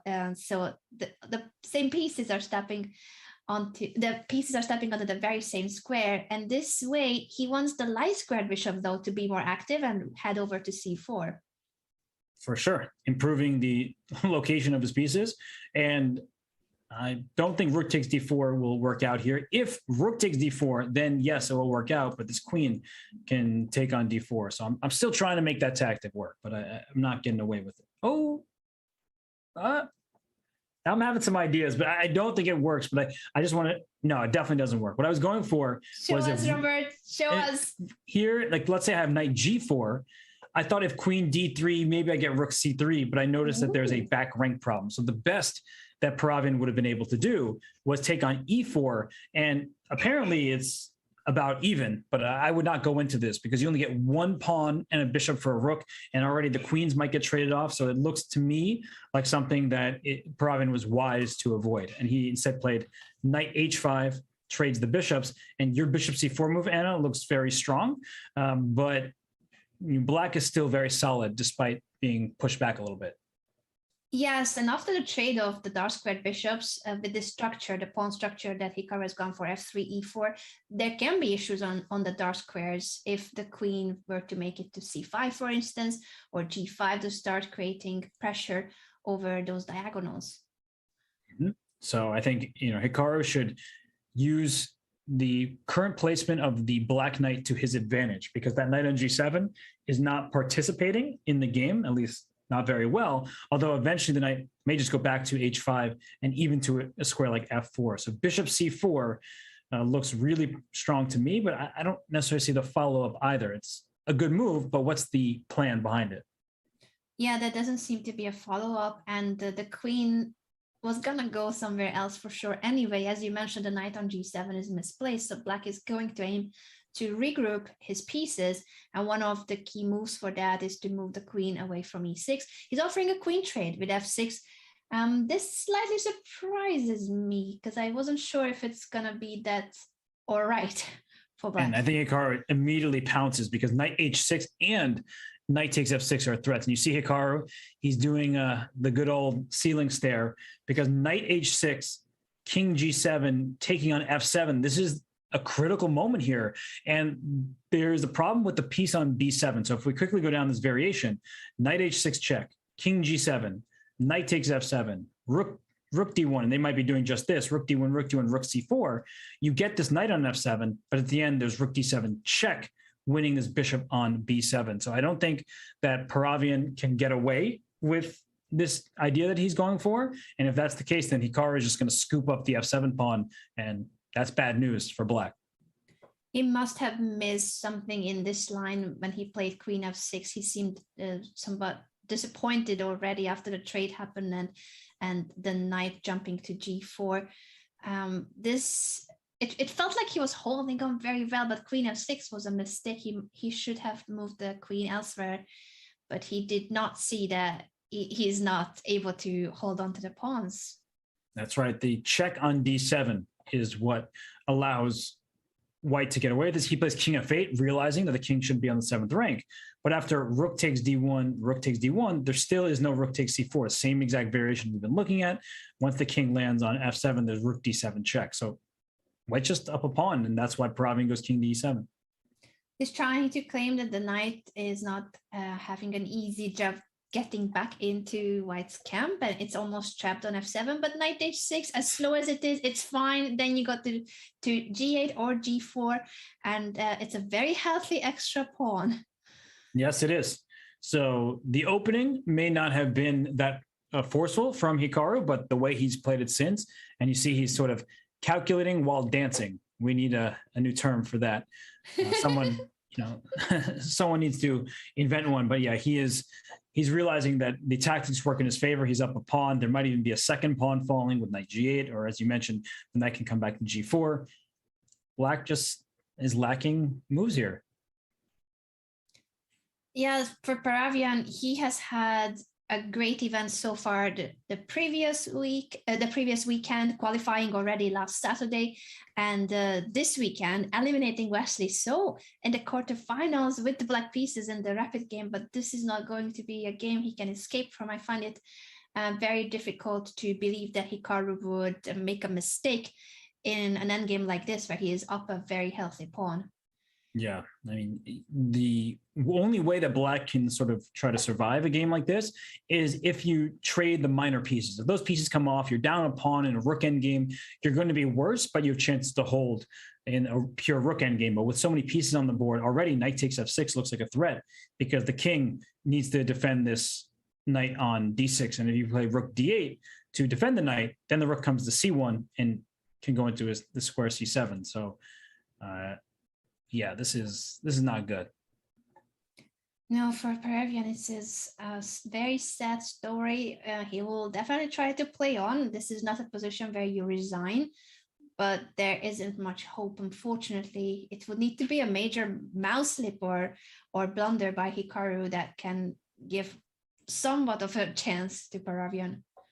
So bishop b7, aiming for some of those trades, right? This trying to trade the first set of minor pieces. Hikaru probably can trade and then reroute this knight from e3 to either c4 or d5, but he brings the bishop back. And honestly, this doesn't look that terrible. And like if I had this game from the black side, I would be like, okay, I'm obviously worse, but I do really have some chances. You think so? I would feel so hopeless. I look at this position like, oh, my pawn is gone. White pieces are active. Robert, tell us what makes you more hopeful. I need to learn. I need to take notes and people G it. Well, I'm only down one pawn as black. So I'm just, thinking it's not good. I'm down material, but if I can trade minor pieces, and that's what he's going for right now, then if we get into a rook getting game, I have some chances. And where is white going to make progress from? You have an extra pawn. Are you going to get a pass pawn? Perhaps not so easily. And so the knight to e5 was a good start. I would consider actually pushing, not my g pawn, I need to cover the f5 square, but pushing this pawn to h5 just to advance my pawns on the king side and then sort of sit on the position. Rook c3, rook c7, and sort of ask white how he's going to win. It's Hikaru. He's got a great position. In all likelihood, he's going to win this game, but it's not clear yet to me how white breaks through.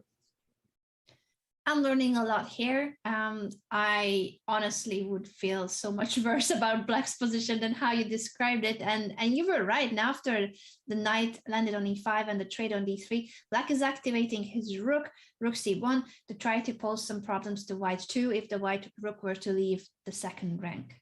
Yeah, I wouldn't have taken on d3, but maybe Paravian didn't see better options. And I think just the knight is going to dominate the bishop in this endgame. Do not play knight d5.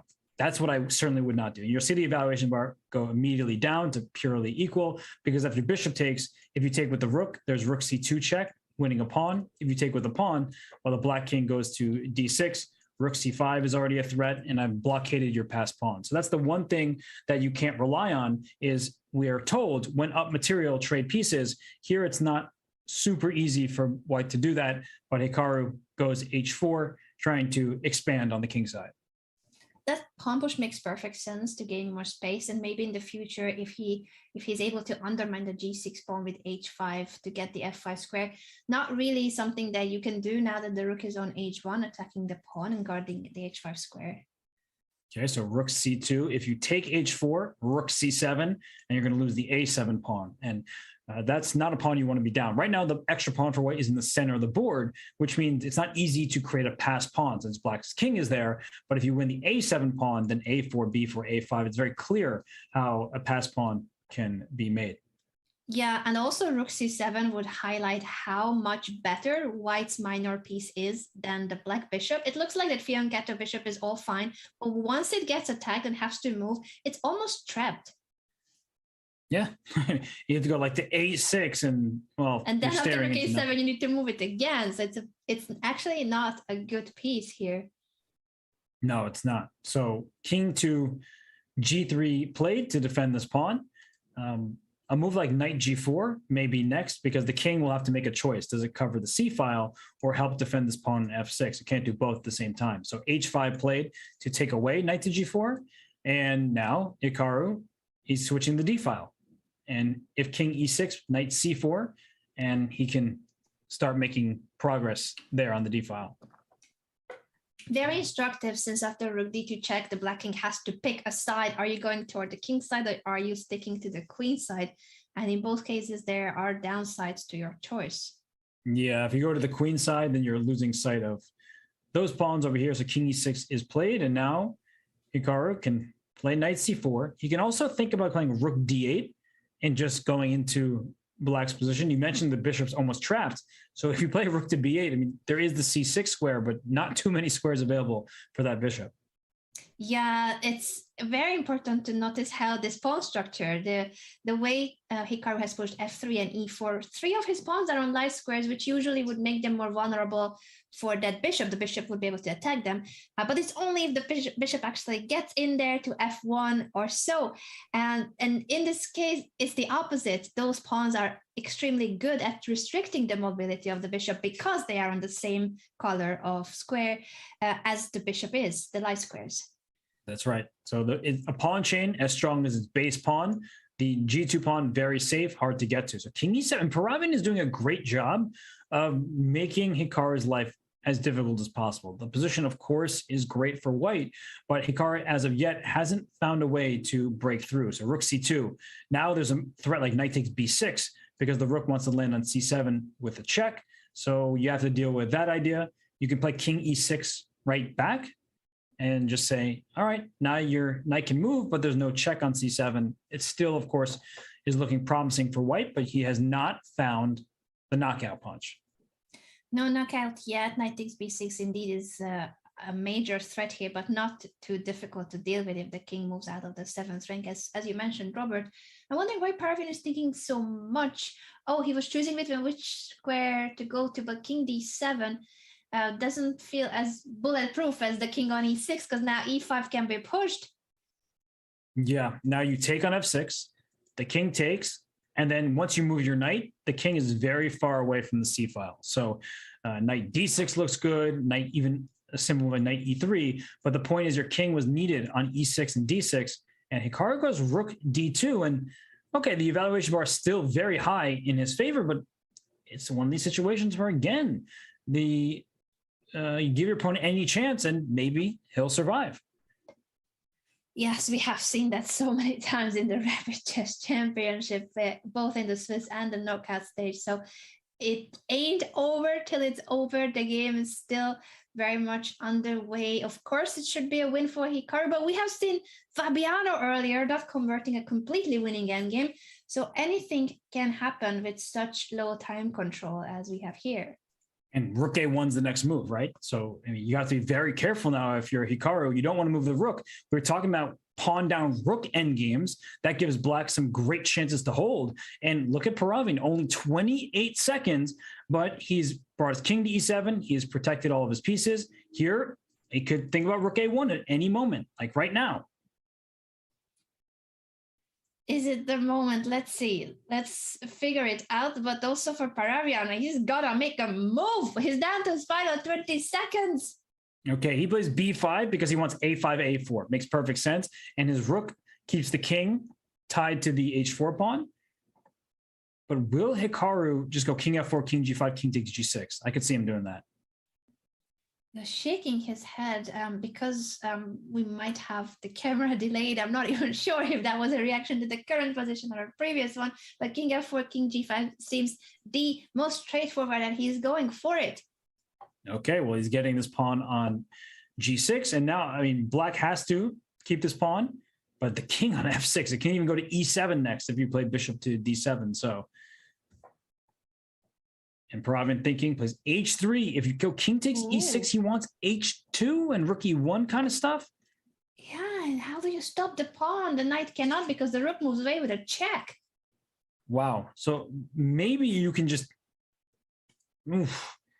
takes H2 and then G4 because the pawn is in the rook site. So that is one possible continuation here for Hikaru, because he will be up a pawn and his king is very active and his rook can get behind his passed pawn. So I do like the look of king takes E6, but he's calculating, he's doing the right thing. He's not rushing this moment. Critical decision indeed, and it could decide the game if he calculates it properly. He indeed takes the bishop, and after, it was not H2, but rook E1 that Paravian played. Mm-hmm. And he's going to win the F3 pawn, but after king G4, well, this pawn is going and the black king is cut off very, very far away from the pawn. That's why he threw in rook C2 check, Anna, is to keep that king very far away. So instructive. This rook endgame, the black king extremely far from the pass pawn. It's not that simple with rook pass pawns usually in a rook endgame, but here the king is way too far. and h4, h5. So I'm pushing that pawn up the board because the king is too far, as you're saying. h4, king d6, h5, king d7, h6, king f8, h7, king g7. Uh-oh, there's a queen because the rook is behind it. So it is the black rook that will need to try to block, but that's not ideal. That's when the white king will help too to push the rook away and help the promotion. King f4, and now h7. Because after h7, the rook has to sit on h8, and now the king, it's going up to the king side, but it's just starting there so it can go mop up pawns on the queen side. Yes, this is game over now. The black king cannot stop the white king from getting to g7 once the rook gives a check on the f5, it's king g7. Wow. And Hikaru wins. Robert, what an endgame we have just witnessed.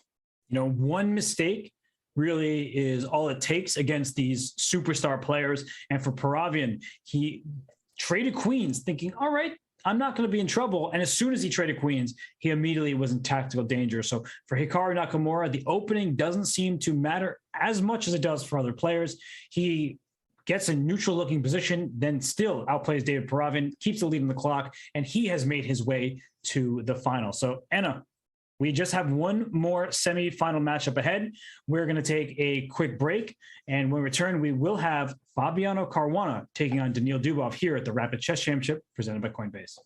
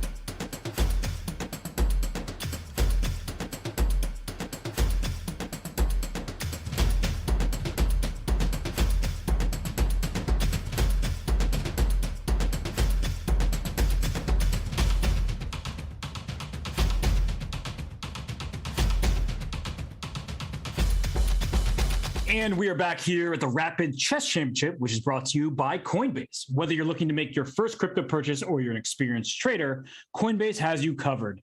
Earn crypto by learning about crypto with Coinbase Earn, explore DeFi and Web3 with Coinbase Wallet, get exclusive rewards when you spend with Coinbase Card, and much more. Learn more at coinbase.com/chess and get $10 in Bitcoin when you sign up and verify your account. Well, Anna, we are here at the Rapid Chess Championship. We are in the second semifinal. It is Fabiano Caruana taking on Daniil Dubov, two super grandmasters who are very familiar with each other. They've played recently in Tata Steel. They've played each other many times online as well as other over-the-board events. Fabiano, he had some great technique at first, and then he let his advantage slip, and Dubov was in trouble at the opening, but then he fended off, Svidler's attack very nicely. So who would you pick as the favorite in this matchup? It's a hard one to call. I think Fabiano will qualify, and we're going to see Nakamura versus Caruana as the finals. That would be my prediction.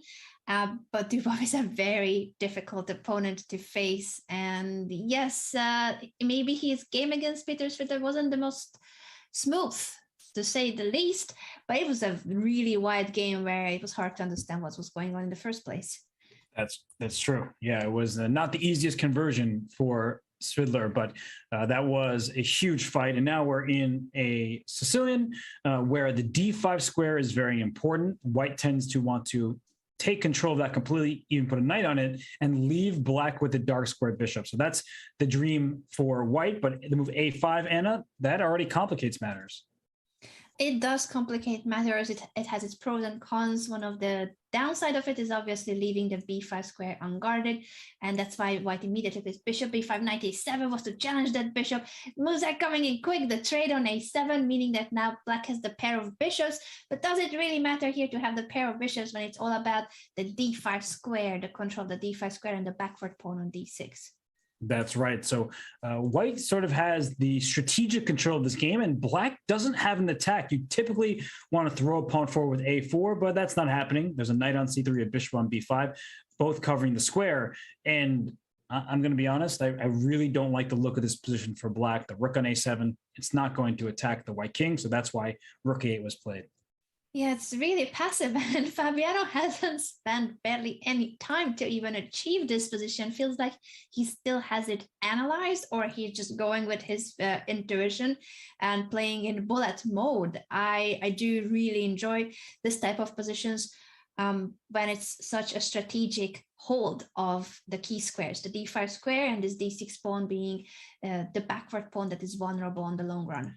And bishop takes b3, I think, would be tempting for many. You're doubling the pawns, but after bishop takes b3, c takes b3, you hand white the c4 square. The bishop on e7 is such a bad piece, and white can start throwing pawns forward on the king side, and there's no possible attack against this white king. So the move played in the game instead was knight e8, retreating the knight, clear the knight wants to go to c7, or this pawn wants to go to f5. So Anna, at least Dubov is trying to drum up some play for his pieces.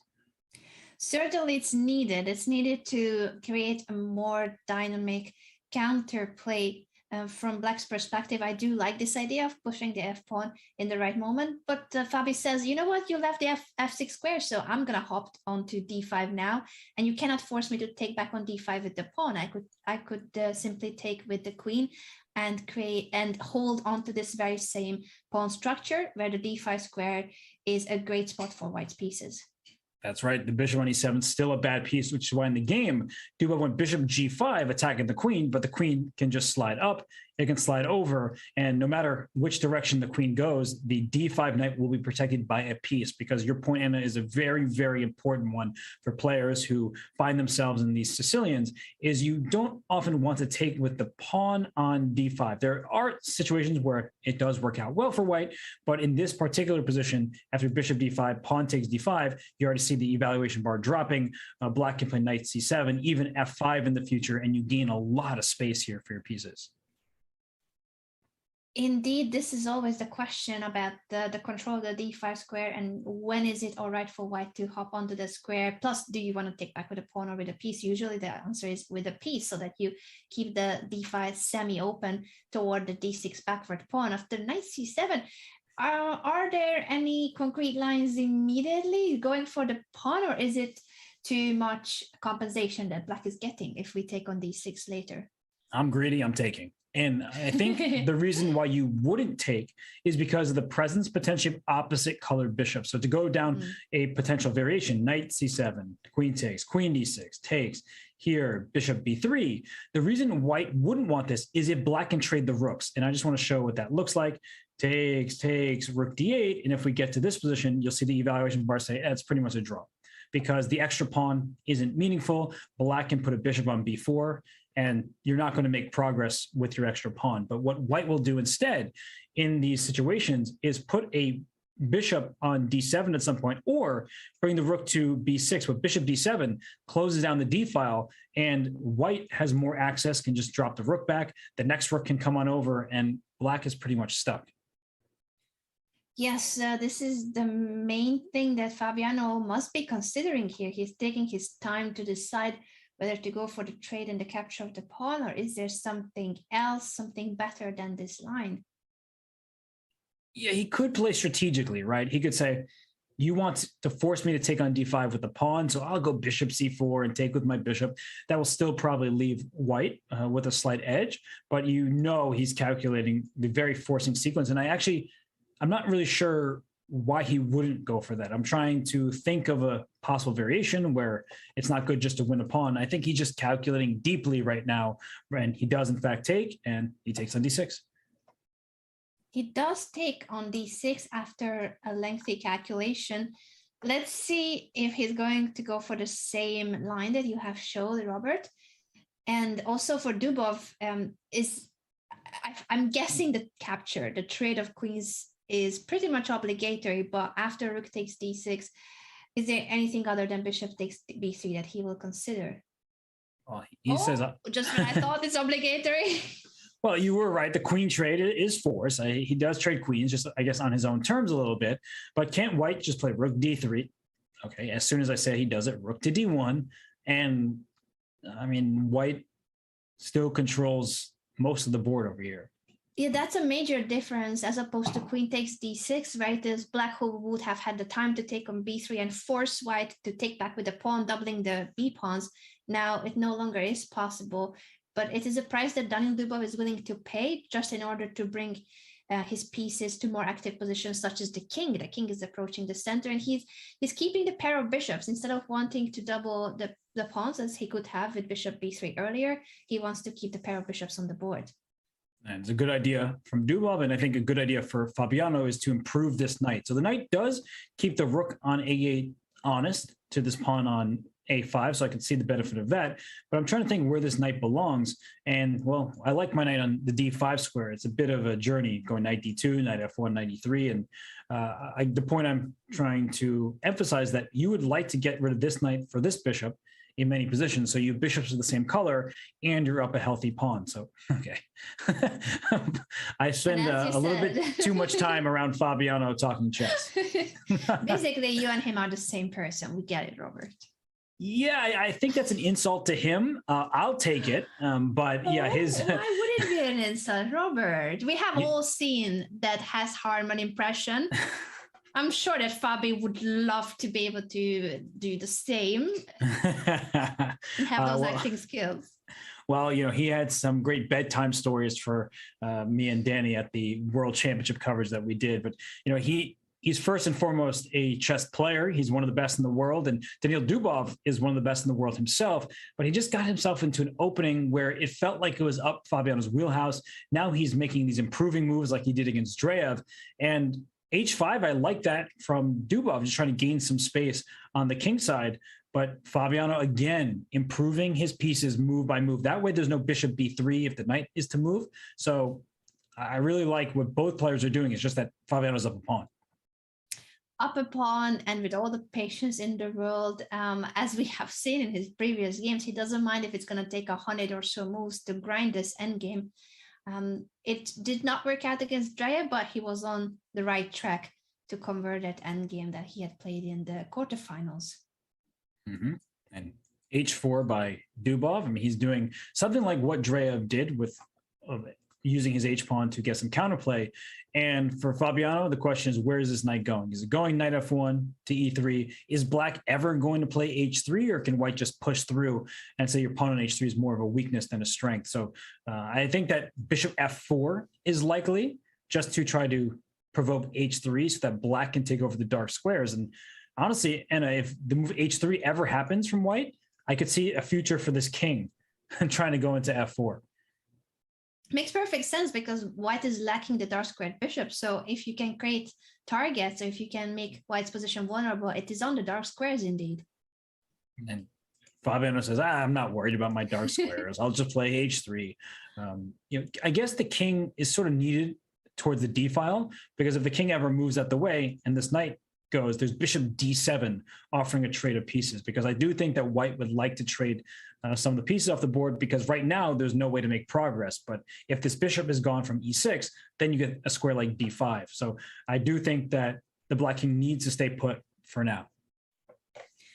I agree with you fully. And we are here to see how is Fabiano going to continue after having stopped that H pawn. Now it will be, again, a chance for him to continue regrouping his pieces. He started the knight maneuver from B3 to D2. What's next? Are we going to see knight F1, knight E3? Definitely reasonable. I mean, the knight did come to D2. Where else can it go? It can go back to B3, but then black can go back to A8. And wait, but then maybe bishop D7? I don't think that black's going to take a knight on B3. That's what I'm trying to figure out, because it's opposite colored bishops. But as we know very well, opposite colored bishops doesn't just mean a draw. So I wonder if Fabi's thinking about going in this direction. Yeah, he might just go back to attack the A5 pawn. You're right, that will pause. That will definitely ask Dubov how is he going to deal with it, if he is willing to trade the bishop or have to push B6 to guard the A5 pawn. And after that, if you push on the queen side, then I can still go back to D2 and F1, but you have already committed to pushing B6. Right. And that, as you're highlighting, creates some light square weaknesses. Also, the B6 pawn much easier to attack than the B7 pawn is, which is well defended. So Fabiano thinking here. Dubov, I mean, he's putting up some stubborn defense, and Fabiano does play knight to B3. He's inviting the capture. I don't think Dubov will take on B3. I feel like it allows white a tremendous amount of freedom, and the bishop on E6 is a very important defensive piece covering these two squares. I agree with you that it's unlikely that he's going to give up that very strong bishop. He chooses to push B6, but that does have the downside that now the light squares are vulnerable, and the pawn itself, Fabi says immediately with rook D6, I'm creating a pin on the 6th rank, and also I'm attacking your pawn. And let's not play rook to B7, because 2 rooks in a row on a diagonal, not good. And Danya and I had this debate. So Anna, maybe you can resolve it for us. Is when there are rooks, piece of equal value on the same diagonal, is that a pin or a skewer? I would call it a skewer, but I'm not a native English speaker, so who am I to make a call on this? We kind of agree with you, but we just weren't sure, because usually a pin is when there's a piece of more value behind, but it's the same value. So yeah, I don't know. I would call it a skewer, but we can also just let one of our future PogChamps participants make a better term, like the baby fork. Yeah, no, I agree. Ooh, king D3, the bishop can't stay with the pawn. That, oh my goodness, that's the winning idea that probably Dubov missed from the distance, is that now the bishop's under attack. You need to stay in touch with your pawn on B6. If you play bishop F2, the king goes to E2. And Anna, against Drev, Fabiano's king went king E2, king D2, king C2. Here, his king went king C2, king D3, and then king E2. So he knows how to use his king as a weapon in the endgame. So true and so instructive. The knight on B3 would be hanging if it wasn't for the pin. So it all started with rook D6, pinning that bishop, and now king D3 undermining the defense of the B6 pawn. This bishop cannot stay on the diagonal. Yeah. That's not good. You drop b6, then a5 comes next. And look at this. I mean, Fabiano, he was frustrated. We saw him earlier in the day against Drev when he didn't win that endgame up 2 pawns. But the way he's been playing, it has been really good to see if you're a Fabiano Caruana fan, because his technique has been phenomenal. It has been phenomenal. He did miss to convert his rook endgame against Drev, which was, it must have been very painful for Fabi, but he ended up bouncing back from it with a win in Blitz. And now he's converting this endgame with a very impressive technique. Daniel Dubov knows he's in trouble, and I think he's just trying to see if there's any way in which he could keep the game somewhat chaotic. But man, good luck trying to find something here. It's very, very sad for Black. When the pawn is about to fall, and it already was a pawn up for White from the beginning.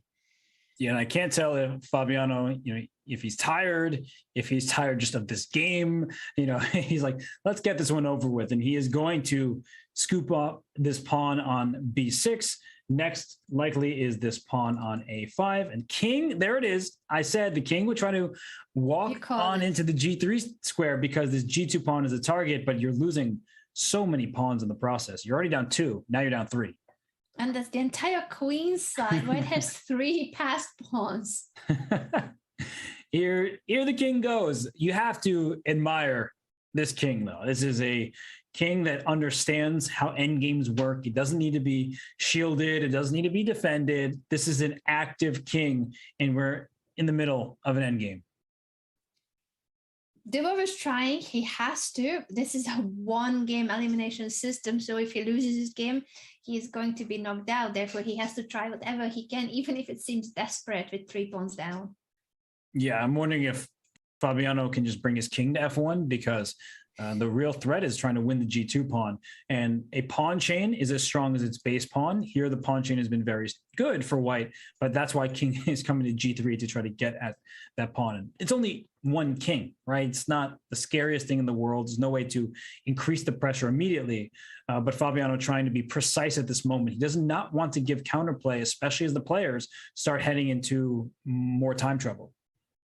More time travel indeed. The final 3 minutes of the game, there is a 2-second increment. Reminder that in as opposed to yesterday's Swiss format, today we do have increment, but it's not that much. You can't just go down on time fully. King to c2, so he's not heading toward the king side to help the g2 pawn, but he's going to c2 and will want to guard the g2 pawn with the bishop. All right. I'm taking notes. Well, the eval bar has started to swing down closer into towards equality, and White is still better here. But White's also a bit stuck because these rooks are barreling down at the c3 pawn, and that means that you can consider a move like rook to a7, but that's why Fabiano put the king on c2, is that the king stays in touch with the pawn on c3, so you can push your pawn up the board as well for White. So rook a8 played, and I do expect b4. And after rook c8, I expect c4. March those pawns up. You have a knight, you have bishop, both defending the square. Yeah, I'm not quite sure why the variation bar dropped, and if there was anything better than rook a8 for Dubov. It felt like it was already a tough spot for him to be in, but maybe the engine saw something better than rook a8. It feels very logical and also not really something that you can stop. That's why it's going to start pushing the pawns on the queen side. In hindsight, maybe bishop d7 was the point, was that the pawn on a4 is in some danger here, because if you go b3, then you lose sight of the c3 pawn. So maybe the retreating move was necessary from Dubov, and that's a hard move to play. He probably, in his mind, was already like, I'm losing. There's not much I can do. And White remains better in this variation, but still, that gives Black some chances after bishop to d7. White is still better, but Black's king is the piece that, oh my goodness, what just happened? Rook takes e6 was played, and then just king b3.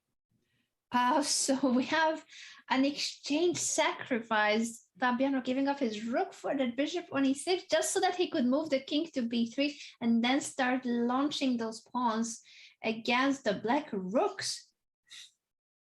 This is a very sad position for Dubov. This knight can simply retreat to c4 and everything is defended. You can bring your king to f2. You're like, yeah, I'm attacking your bishop, but the rook on d1 defends it and you're not going to be able to make any more progress from there. So good exchange sacrifice. The king did come to f2 and now Fabiano will likely bring his knight back to c4 and then start pushing his pawns b5, a5, b6, a6.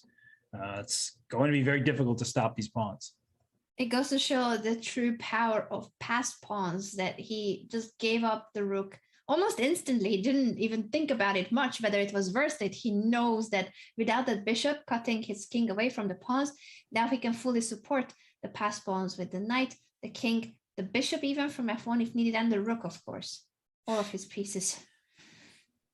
Yeah, it's a lone king, in here. So it's just too easy for white. Just you can push. You can bring, as you said, the rook to a1 as well. The rook doesn't need to stay on the d file. It just needs to keep the bishop defended, but marching those pawns up the board is a simple task for Fabiano. And the bishop on f4, that dark square bishop from the Sicilian, it was bad earlier.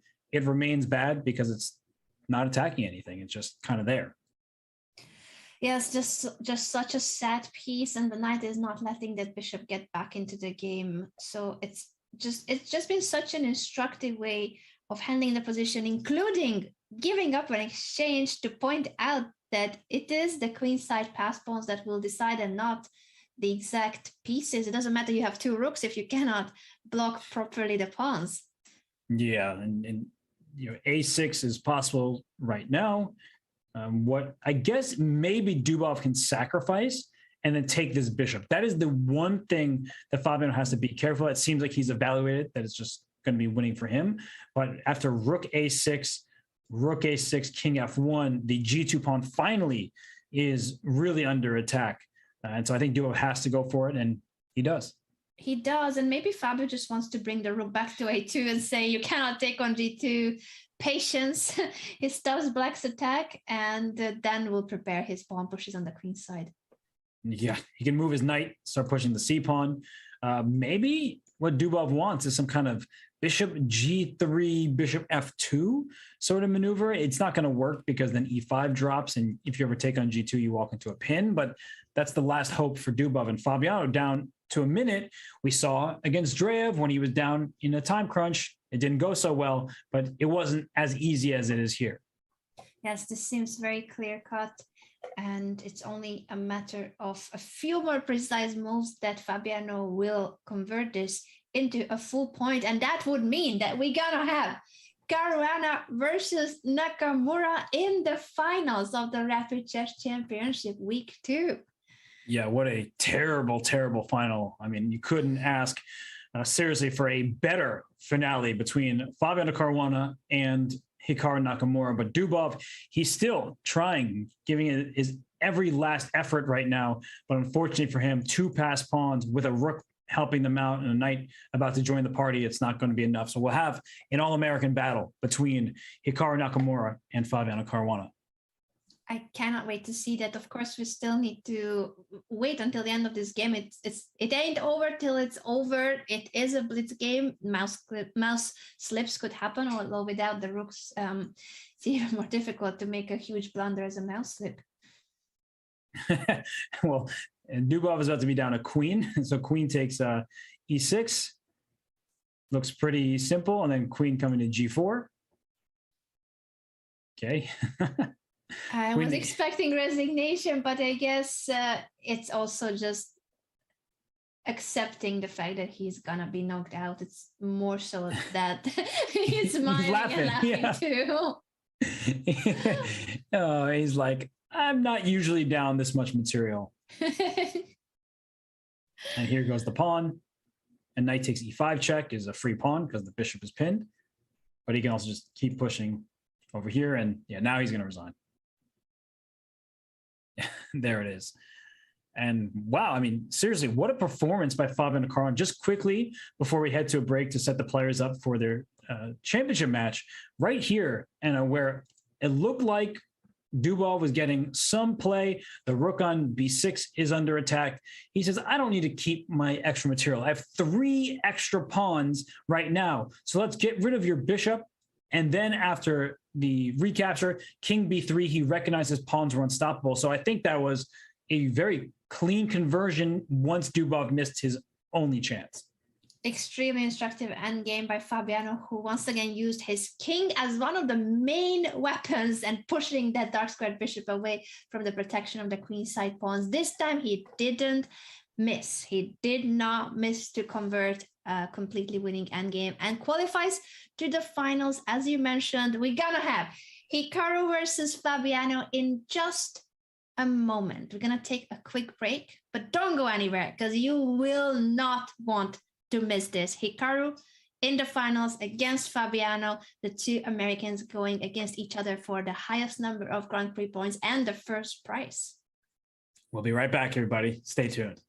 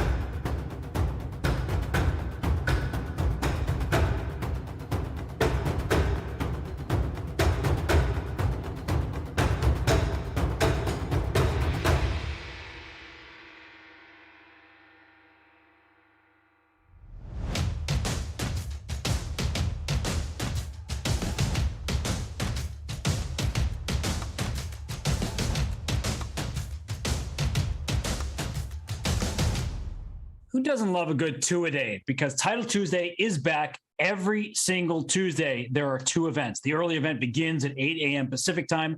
The later event begins at 2 p.m. Pacific time. So get ready for that every single Tuesday. The prize fund has been tripled, $5,000 in weekly prizes.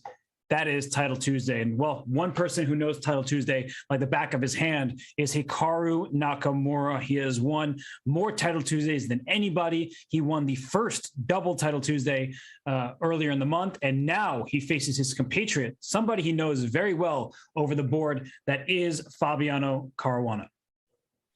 Robert, when it comes to a matchup like this, and as you mentioned, Hikaru knows Fabi very well. They have faced each other so many times, and they have also played as teammates on the Olympic team of the US. What is it like to play against someone that you know so well? Well, it's sometimes uncomfortable, but you even have to choose your first move, and that's not so easy. But I have a question for you, Anna. Hikaru is the white pieces. Yeah. He knows his biggest advantage is in time scrambles. Does he make a Berlin draw very quickly to get to the 3+2? Robert. I'm just throwing it out there. Robert. Yes, Anna? You called it. Oh boy. And we have a very quick draw, because what Hikaru is saying is you can have the white pieces, Fabiano, but in 3 minute plus 2 second increment, I am king. I win Title Tuesdays. I win Blitz tournaments left and right. The Speed Chess Championship, that's mine. You may be already in the candidates. I'm making my way there, hopefully. But today, this Sunday, it's going down to Blitz. Have you seen Fabi's reaction, that smile? He knows very well why Hikaru is doing this. Well, they don't even need a rest. The Blitz game goes on here. Fabiano, the white pieces. Oh, it would be funny if we got another Berlin, but we have an anti-Berlin, and we'll see how Hikaru deals with Fabiano's opening. This is Fabi's chance, because if this game is a draw, then the next one, the tiebreaker, would be a bullet game. So I think Fabi will try everything he can to make this game as much of a play as possible and try to squeeze, even if it's a tiny, tiny advantage, but he's going to play on whatever he can. I think Hikaru already made a questionable decision in the opening, and we see him bopping his head and talking. It's because there's a delay from his stream. But look at this, Anna. D4. If you take on D4, in comes E5. So Hikaru plays H6. Fabiano quickly retreats his bishop, and then Hikaru plays bishop G4. There's this tension on the E5 pawn, but bishop takes is possible because the knight in F3 is pinned. This is honestly a scary position for my eyes for Black right now. Yeah, I don't know if Hikaru will be regretting his decision to take that quick draw with the white pieces now that this is what he has on the board. It's looking scary. Okay, and Fabiano's taking his time here. So he's down 20 seconds, and he's probably deliberating. Do I play H3? Do I castle? He decides on castling. If pawn takes D4, E5 happens, rook E1 to follow. If the bishop takes, there's going to be a pin, and then white will win down the E file. So black needs to get the king to safety. But castling kingside, I don't think you've dealt with your problems in the E5 square well enough, and that's why Hikaru has to think right now. He's thinking, and he has a few things to solve, as you pointed out, Robert, with the pressure on E5, potential baby fork, the pin, that is the H4 bishop causing on the F6 knight, and that the black king is still not castled. And G5 is clearly what Hikaru is thinking about. But as soon as you play G5, you're not castling kingside, and you're also bringing the bishop to a square that puts even more pressure on this pawn on E5. So Hikaru is in trouble over the board right now. His decision to make that quick draw to head to the blitz, it's only one game of blitz. And of course, in an individual game, Fabiano can beat Hikaru Nakamura. It's over a long period of time where Hikaru becomes the heavy favorite. And right now, knight D7 and a knight C4 is tempting to me because you're putting all of this pressure on black center. I love that move. And just to continue with the central pressure, I do think that this has put Hikaru in quite a tough spot. Yes, as you mentioned, he's the favorite in the faster time controls, but in one game, which is our system here, our format is one single game, unless it's a draw, and then there will be tiebreakers. In one game, anything can happen. Doesn't matter that in a match, Hikaru would be the heavy favorite, like a match of 10 games or 20 games. That's right. It's one single game of Blitz, and people think that, oh, no, these best Blitz players, they are the best, but they, of course, lose all the time to other top 10 players in the world. So bishop f3 played, queen takes f3. If pawn takes d4, that may seem like a free pawn, but in comes a move like e5 with problems on the e file. So now knight c4 looks like a good choice from Fabiano, and he does just that. I mean, Hikaru, he's a little bit ahead in the clock, but this knight can swing to e3 and f5. There are some big problems, some holes in this position. And this is such a typical position for where white can continuously improve. I would say Fabi loves this type of positions, and he will be very precise even here to decide, am I taking on d6 with the knight or the bishop? Was there e5? He chooses knight takes d6. And probably just rook d1, trying to go after these pawns here. The queen can move away from after you don't take on e5, because then black takes with the pawn, and then you have some problems. So he goes queen into f5, maybe f4 to follow, and on the king for black not finding true safety. And if dc3, there might even be rook takes d6. Rook takes d6. Oh my gosh, and bishop e5. And Fabiano's thinking, which means that he knows it's there. He knows it's there. And he finds it, and he plays it. Wow. Oh my goodness. Sacrifice to undermine the defense of the e5 knight, and once that knight drops, everything would have dropped with bishop takes c5. Hikaru plays knight c4 instead of taking the rook, but this is a completely lost position. Ooh. And what a move to take on c5, giving up this rook on d6, because the bishop comes in, the king is caught in the center, and there are so many winning tactics. I'll show one quickly. Knight d6, bishop d6, queen d6. You think you're surviving, but after queen b5 check, queen d7, then there's queen e5, hitting the rook in the corner. That rook is loose, your king is in the center, and if you say, okay, I won't block, I'll move my king to d8, well, your king's on d8, and moves like rook to d1 and bishop e5. He has, in fact, captured. He's played queen e6, queen b5 check. Where's that king going? That is such an instructive pattern, with the exchange down for white, but winning the rook back after queen b5. As you said, the queen cannot block. The king has to go to d8, but man, that's troublesome.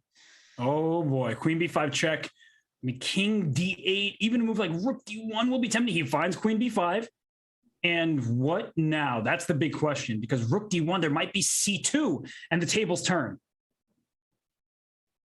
Yeah, he still has to calculate precisely. He plays bishop e5 first, attacking the rook and preparing for rook d1 check. Oh my goodness, what precision! What precision here!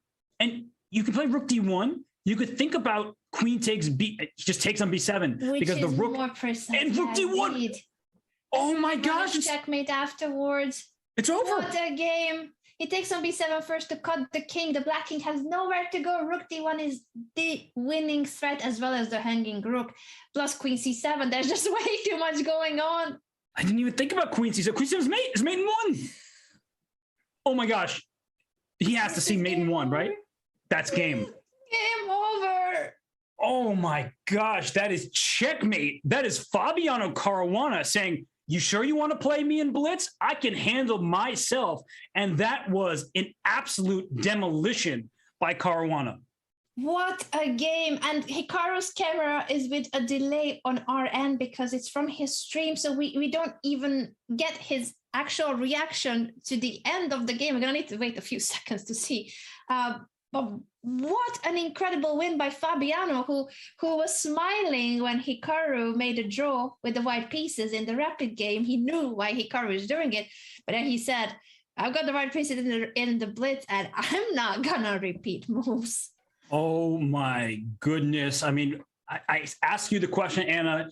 It ended up being a prophecy. The draw was agreed in the rapid. Hikaru wanted the blitz, and Fabiano says, you know, everyone talked down on my blitz skills, but online I've been improving all throughout the pandemic. Caruana wins the second week here at the Rapid Chess Championship, and we're going to get him in for a call. So Anna and I will take a quick break because when we return, you'll be hearing from the week 2 Rapid Chess Championship winner of the KO. That will be Fabiano Caruana. You will not want to miss his thoughts.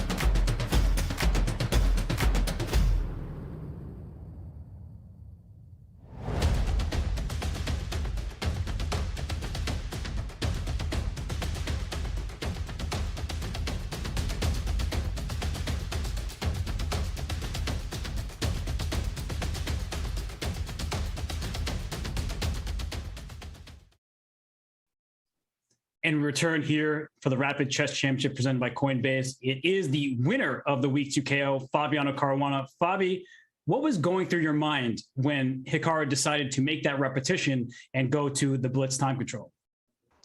Yeah, I had a feeling he would do it right before the game started because I was thinking that he probably rates his chances as the time controls go faster as extremely high against me. I guess it was his strategy, but it's also, I wasn't upset at all because I'm playing black and I get rid of a black game. I mean, it felt like a good outcome for me. So that's why I played the Berlin. I mean, normally I wouldn't do this, but I do it against him because I'm asking for the draw. And we did this in the preliminary stage too. It seemed like a great strategy. And then that second game, the Blitz game, can you take us through the game and what were some of the major critical moments?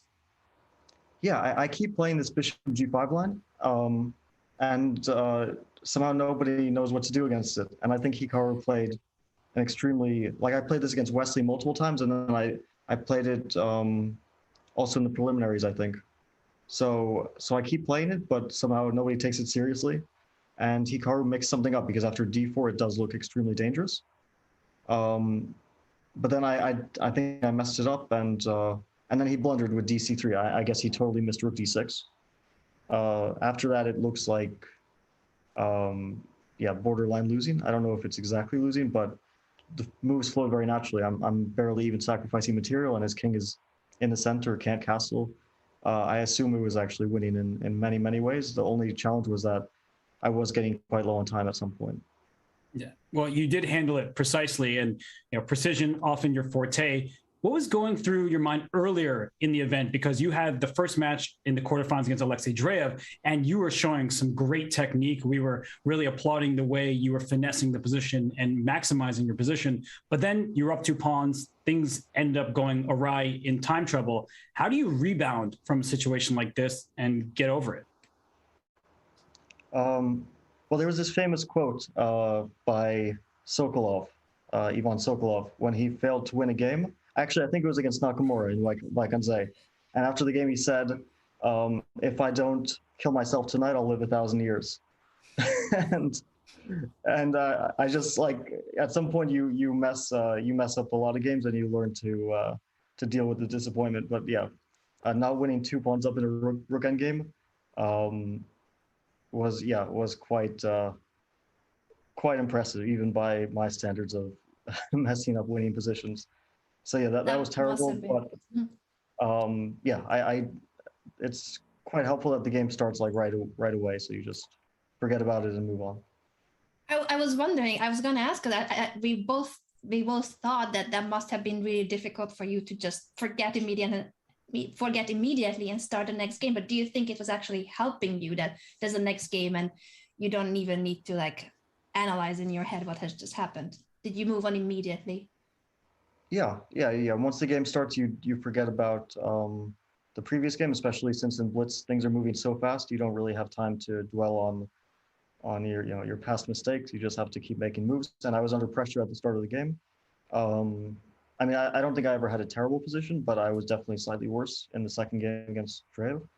But then at some point, it seemed quite comfortable to have comfortably equalized. And I thought the game was headed to a draw, and then suddenly his bishop is trapped. It was kind of surprising for me that it's just dead after he played. I think it was h4 or some sort of non-move on the king's side instead of playing bishop d3 and trying to trade the bishop for the knight. So yeah, that was the toughest moment in this tournament for me. That first game against Drev. For sure. And well, you rebounded nicely. And I have a sort of overall question for you, because Hikaru just went ahead and won the first Grand Prix leg. He, of course, hasn't played much over the board chess, but he said in his interviews that all the online play has been very helpful for him. And you're playing in the candidates coming up during the pandemic. There weren't so many over the board tournaments, but I think it's very clear that your online play and your speed chess and rapid chess has improved. Is that something that you continue to work on? And do you think that it can apply to the other elements of your game as well when you're working on your speed in addition to your your moves? No, I think it's just 2 totally different types of chess: classical chess and rapid and blitz chess. And I actually don't know if focusing a lot on rapid and blitz is good for your classical chess. I'm still struggling to balance the different formats myself, especially now that rapid and blitz is so prominent in the chess world, and in fact is more played than classical chess by now for most players. If you look at the games of most players, they have like 300 games a year, and 80% are rapid and blitz. So I don't know if that has a beneficial effect on classical chess. I would suspect not. But I also wasn't surprised when that Nakamura won the Grand Prix. Before it started, I had a suspicion that he would do well, especially if he got past the preliminary stage. I thought in matches he's at least equal, if not a favorite against most of the players he might play. And okay, against Levon, I assumed it was 50-50. But I didn't consider him an underdog in the final at all. In rapid chess, he's extremely formidable. Like even if he hasn't been active in classical chess, he's been very active in rapid and had a lot of success, in all these online events over the past 2 years. So yeah, I wasn't surprised to see him in the final or to win the whole event. It's of course it's great. I think not just for him, but also to show the world that some of the players who had been counted out in the past, as past their prime, let's say, are still capable of showing great results. And that's why, well, the Levon Hikaru final showed that. I think that was so well said. I was still like, oh goodness me, I'm taking mental notes here, and yes, definitely we should never rule those players out. But also, speaking of ruling out, can we rule out, or I hope we cannot rule out, that you will at some point return as a commentator? So many of the viewers have enjoyed your commentary at the World Chess Championship. Obviously, we want you to be the competitor at the World Championship, but do you think at any point, even if it's for a one-day gig, you would return in the company of Danny and Robert, or was that a life-changing event for you and you would never ever do it again? No, I already told Robert this, that if they if chess.com hosts the I Am Not a GM or one of those similar events that I really enjoyed watching, then I would I would be happy to do commentary. For like the more serious events, I don't know. I enjoyed doing commentary a lot, but it was also very draining. It's you don't realize until you do it how difficult commentary is and how much energy it takes out of you. It feels even more difficult than playing a game. You're sitting there for hours and hours following it, but also talking at the same time. And it's just a different type of mental strain than playing chess, which I'm more used to. But yeah, I'm open to doing it at some point again. And for the record, I didn't pay Fabiano to say how difficult it is to be a commentator. That nothing happened, nothing exchanged hands here. But Fabi, obviously, everyone celebrated your commentary. You won the Chess.com Commentator of the Year, and I don't think it was undeserved. It was perfectly awarded to the right person. You did a great job, but we are happy to see you playing. I know it's late by you, so we will let you go, but will we see you maybe next week in the Rapid Chess Championship? Yeah, I'm pretty sure I'm going to play next week. Yeah. Okay, well, enjoy your payday, enjoy some rest, and we'll see you soon, Fabi. Great job. Congratulations. Congratulations and good luck for the next one too. All righty. Well, you heard from your winner of the second week of the Rapid Chess Championship. It is Fabiano Caruana. And it's always great to hear his insights in such a variety of topics, always very modest, humble, and just showing support for the chess community. And I can verify, he and I talked before the Grand Prix. He did say that. He did not think that Hikaru was some kind of underdog who hasn't played classical, so should be counted out. He said, well, I mean, why not? Hikaru is such a strong player. And today, Fabiano showed why he's a world-class player, because he eliminated Drev, then Dubov, and finally, the big guy, Hikaru Nakamura. He did, and he did it so convincingly. I cannot wait for all of them to be back next weekend, because remember, the Rapid Chess Championship will go on forever and ever. Every weekend we're going to be here, and they have returned to try to first compete in the Swiss format. Every Saturday is the Swiss format, and the top 8 will qualify to the knockout stage as you saw it today.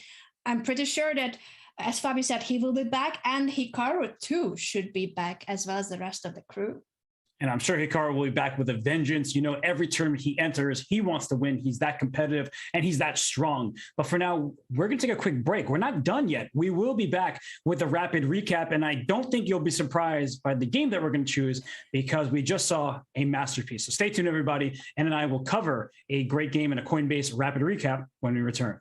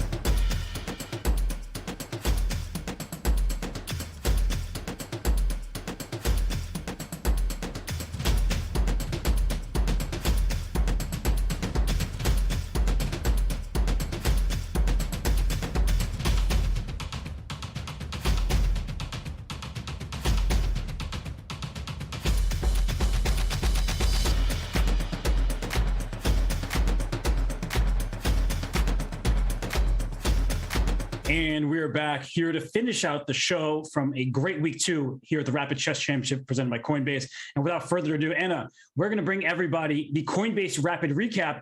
And we couldn't choose any game, but the rapid game in the final between Hikaru and Fabiano Caruana. Of course, this is a very important game to study, so we're going to go and dig deep into the Berlin theory. Yes, because in this Berlin line, the knight comes to f6, attacking the e4 pawn. And after castles, knight takes e4, d4, knight d6. The bishop is under attack. It doesn't have to move, right, Anna? Because d takes, knight takes an a4, traps the knight. Yeah, it looks like it traps the knight, so you need to give back the material. And after the material will be balanced, what we see a trade on d4 and queen takes d4. It feels like once the queen is on d4, white will be happy with the space advantage. But here comes the black queen too to counter the queen on d4. So you slide away, giving a check, thinking I'm happy on e4. But the black queen copies you, queen e6. You go back to d4, trying to maintain the pressure. But the queen is following you and doesn't want to stop copycatting the whole thing. And so we have a draw. Yeah, and that is your Coinbase Rapid Recap. No, let's do this over because we have a fantastic Fabiano finish in store for you. That was a joke. Let's get to the real serious business. It was the blitz game in the tiebreak between Fabiano Caruana and Hikaru Nakamura. Anna, this game did start out as a Berlin as well. Fabiano with the white pieces goes for the Spanish. Hikaru plays knight f6. And in this position, after bishop c6 takes bishop g5, Fabiano said, people don't know how to play this against me. Yes, he mentioned that he has already played this a couple of times, but people don't seem to take him seriously that he keeps playing this bishop g5 line, and it was the case today too. I think it's good that we showed the Berlin game, by the way, because that was right before this blitz game. So Hikaru willingly went for a draw with the white pieces in the rapid because he thinks that the shorter time controls would favor him. But here he's got the black pieces, and Fabi didn't want any draw to get to a bullet. He's here to try to get a bit of an edge. So the bishop g5 line happened. Hikaru continued with normal looking moves, bishop d6 guarding the e5 pawn, and then the normal developing move of the light square bishop to e6.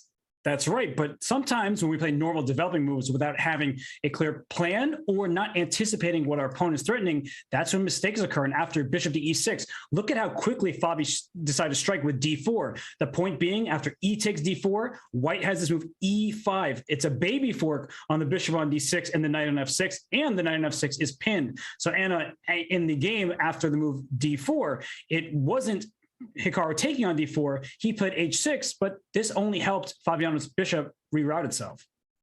Indeed, the bishop is rerouting, and it still keeps the pressure in the center and the threat d takes e5 very much open. So how will Hikaru react? He will either have to push g5 or create a counter pin by playing bishop to g4. That's right, because d takes e5, it looks like the same problem, but now black can take on e5. This knight should not go and take what seems like a free piece because you see the eval bar drop. The queen would have been lost. So it is tactically protecting the e5 square, and Fabiano just castle kingside. And after g5, Anna, the bishop retreats, and here's where the problems were mounting for Hikaru, and it wasn't easy to find a way out. Huge pressure on e5 again, renewing the threat of d takes e5, winning a piece. So black has to try to do something with it, but there's not much you can do here, Robert. No, I mean, knight d7, continuing to defend because of this pin. Fabi plays h3. And here after bishop f3, queen e7. And this was another moment after knight c4, pawn takes d4, where Fabi's willing to give up a pawn. But this was such nice play by him, making the most of his king safety and his active pieces. It was an incredibly well-timed pawn sacrifice. As you said, the king safety here, that factor is huge. The black king is still in the middle of the board. And by trading on d6, the knight for the dark squared bishop, it means that Fabi's g3 bishop is really powerful, targeting d6. He only needs to bring more pieces to the d file and open up the position ASAP before the black king could castle.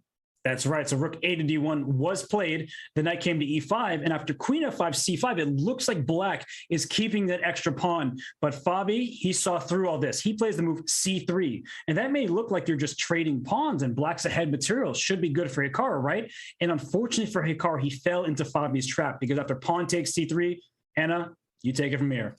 Here comes the move of the game. Rook takes d6 double exclamation mark. Rook sacrifice. Easy peasy. Indeed. And after queen takes d6, thank you for the rook. Well, thank you first for your knight on e5 and then your rook on h8. And there's no way to defend because queen f8, you do save the rook over here. But white doesn't even have to take that rook. A move like bishop f6, queen e5 check coming. This king is just in so much trouble over here. And as Fabiano said in the post-game interview, he's like, I didn't even have to give up that much material for the attack. So instead of taking on d6, Hikaru went knight c4, and another nice continuation for Fabiano.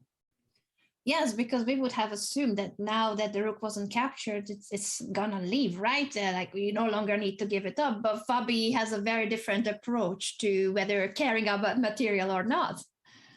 He says, take that rook. I don't want it. Queen takes c5. Now the knight's under attack. There's pressure against this king. Queen b5 checking at any moment. So Hikaru says, I have to take the material. I'll grab the rook. Bishop takes knight. Queen is under attack. If you move your queen anywhere but e6, queen e5 check is the problem. And this is important, Anna, because after queen e6, queen b5 check, Hikaru was not able to block. He cannot block, as you mentioned. If the queen goes to d7, then queen e5 will pick up the rook. It just goes to show how powerful this d6 bishop is, not allowing any blockade on e7, nor allowing the king to leave the back rank. Everything is just a forcing line leading to a win of material. Now, if you cannot block, you have to move the king to d8, but that feels like it's not gonna be a safe spot, to say the least.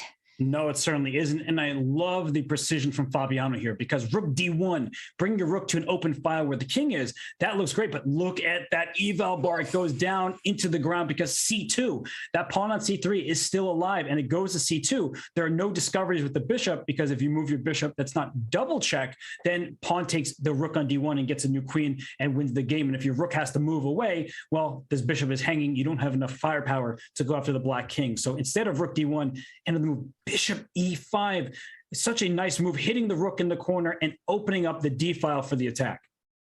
And now that the rook will come with a check instead of allowing black to push c2. So black has to move the rook, otherwise it's immediate resignation if you allow the capture. But once the move is once the rook was moved to e8, it's not even rook d1 check that's the most precise, because then the king still has the c8 square. Fabiano, instead of going for this, which still very much is winning, but he doesn't even allow this king move. He says, I'm going to just capture a pawn on b7, take all the squares away from the black king, threatening queen takes a8, queen c7 checkmate, and rook d1, just to name a few of the threats. And queen c7 checkmate is how the game ended after the pawn pushed to c2. Just a desperation move. Queen c7 was check and mate. And just to show your point that queen takes e5, why can't I take your bishop? If you take my rook in the corner, my king's going to try to escape. And all right, black has some chances. It's because you don't need to take material just because it's free. After queen takes e5, rook d1, as Anna was pointing out, the king has no escape squares. No matter if you go to d4, d5, or d6, my rook is taking wherever the queen goes, and that is check and mate. And so that is your Coinbase rapid recap, a fantastic win from Fabiano Caruana. So Anna, I mean, really just what a marvelous game that was for Caruana. He ends with the checkmate on the board, queen to c7, and he is the winner of the second week of action here at the Rapid Chess Championship presented by Coinbase. He takes home the maximum number of points for this weekend, the second weekend of the Grand Prix, and the first prize of $7,500. And this is just the beginning. The Rapid Chess Championship will be back every single weekend, except for if there's like a major tournament such as the Candidates, which we might care about to cover. But other than that, every weekend, you're going to have the top chess grandmasters in the world fighting in the Swiss and the knockout format. This is such a feat of event, thanks to Coinbase sponsorship, thanks to chess.com for bringing it together, and thanks to the players for bringing on their A game, because I'm loving this. I'm going to be watching if I'm not commentating, just so that you know, Robert, no pressure. Well, it is a fantastic event. The players are really demonstrating some awesome chess. And it's not just on the weekends that they do that, because tomorrow there may not be a rapid chess championship event, but there is the bullet chess championship qualifier. Now, Hikaru Nakamura, Daniel Naroditsky, Andrew Tang, and others already are invited to the main event, but there will be 4 qualifiers tomorrow. The first at 10 a.m. Pacific, then quickly followed by the one at noon Pacific. And then Friday, February 25th, there will be 2 more qualifiers. So one person will make their way through a Swiss, a knockout, and eventually make the qualification to the main event. But there are 4 spots up for grabs starting tomorrow. This is such an exciting event. And I heard, Robert, you mentioning earlier that you are considering to compete.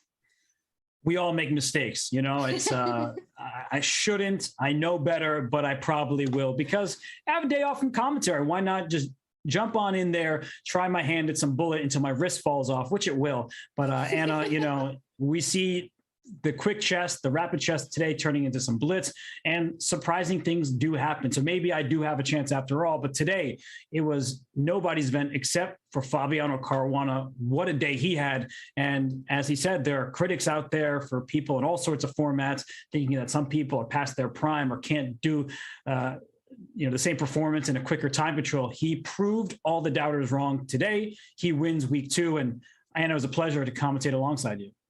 Likewise, Robert, it's always a pleasure, especially if one day you would bring back Hess Harman. I still am so keen on meeting her in person, and you did such a wonderful job covering the World Championship together with Fabi, Danny, and Magnus. I saw his appearance too on the show. We had everybody coming out and joining us, even if they didn't really volunteer to, but it was fun. And today was fun, Anna. So again, thank you so much. And thank to everybody who watched this event. It makes it so much more enjoyable for myself and for Anna as commentators. And of course, the players, they make this happen. Without them, the great chess that we see does not get played. And our producer, Matt, doing an amazing, amazing job once again, providing the top-notch broadcasting. But for now, Anna, unless you have any final words, I'm going to send us out of here and let everyone get on with their weekend.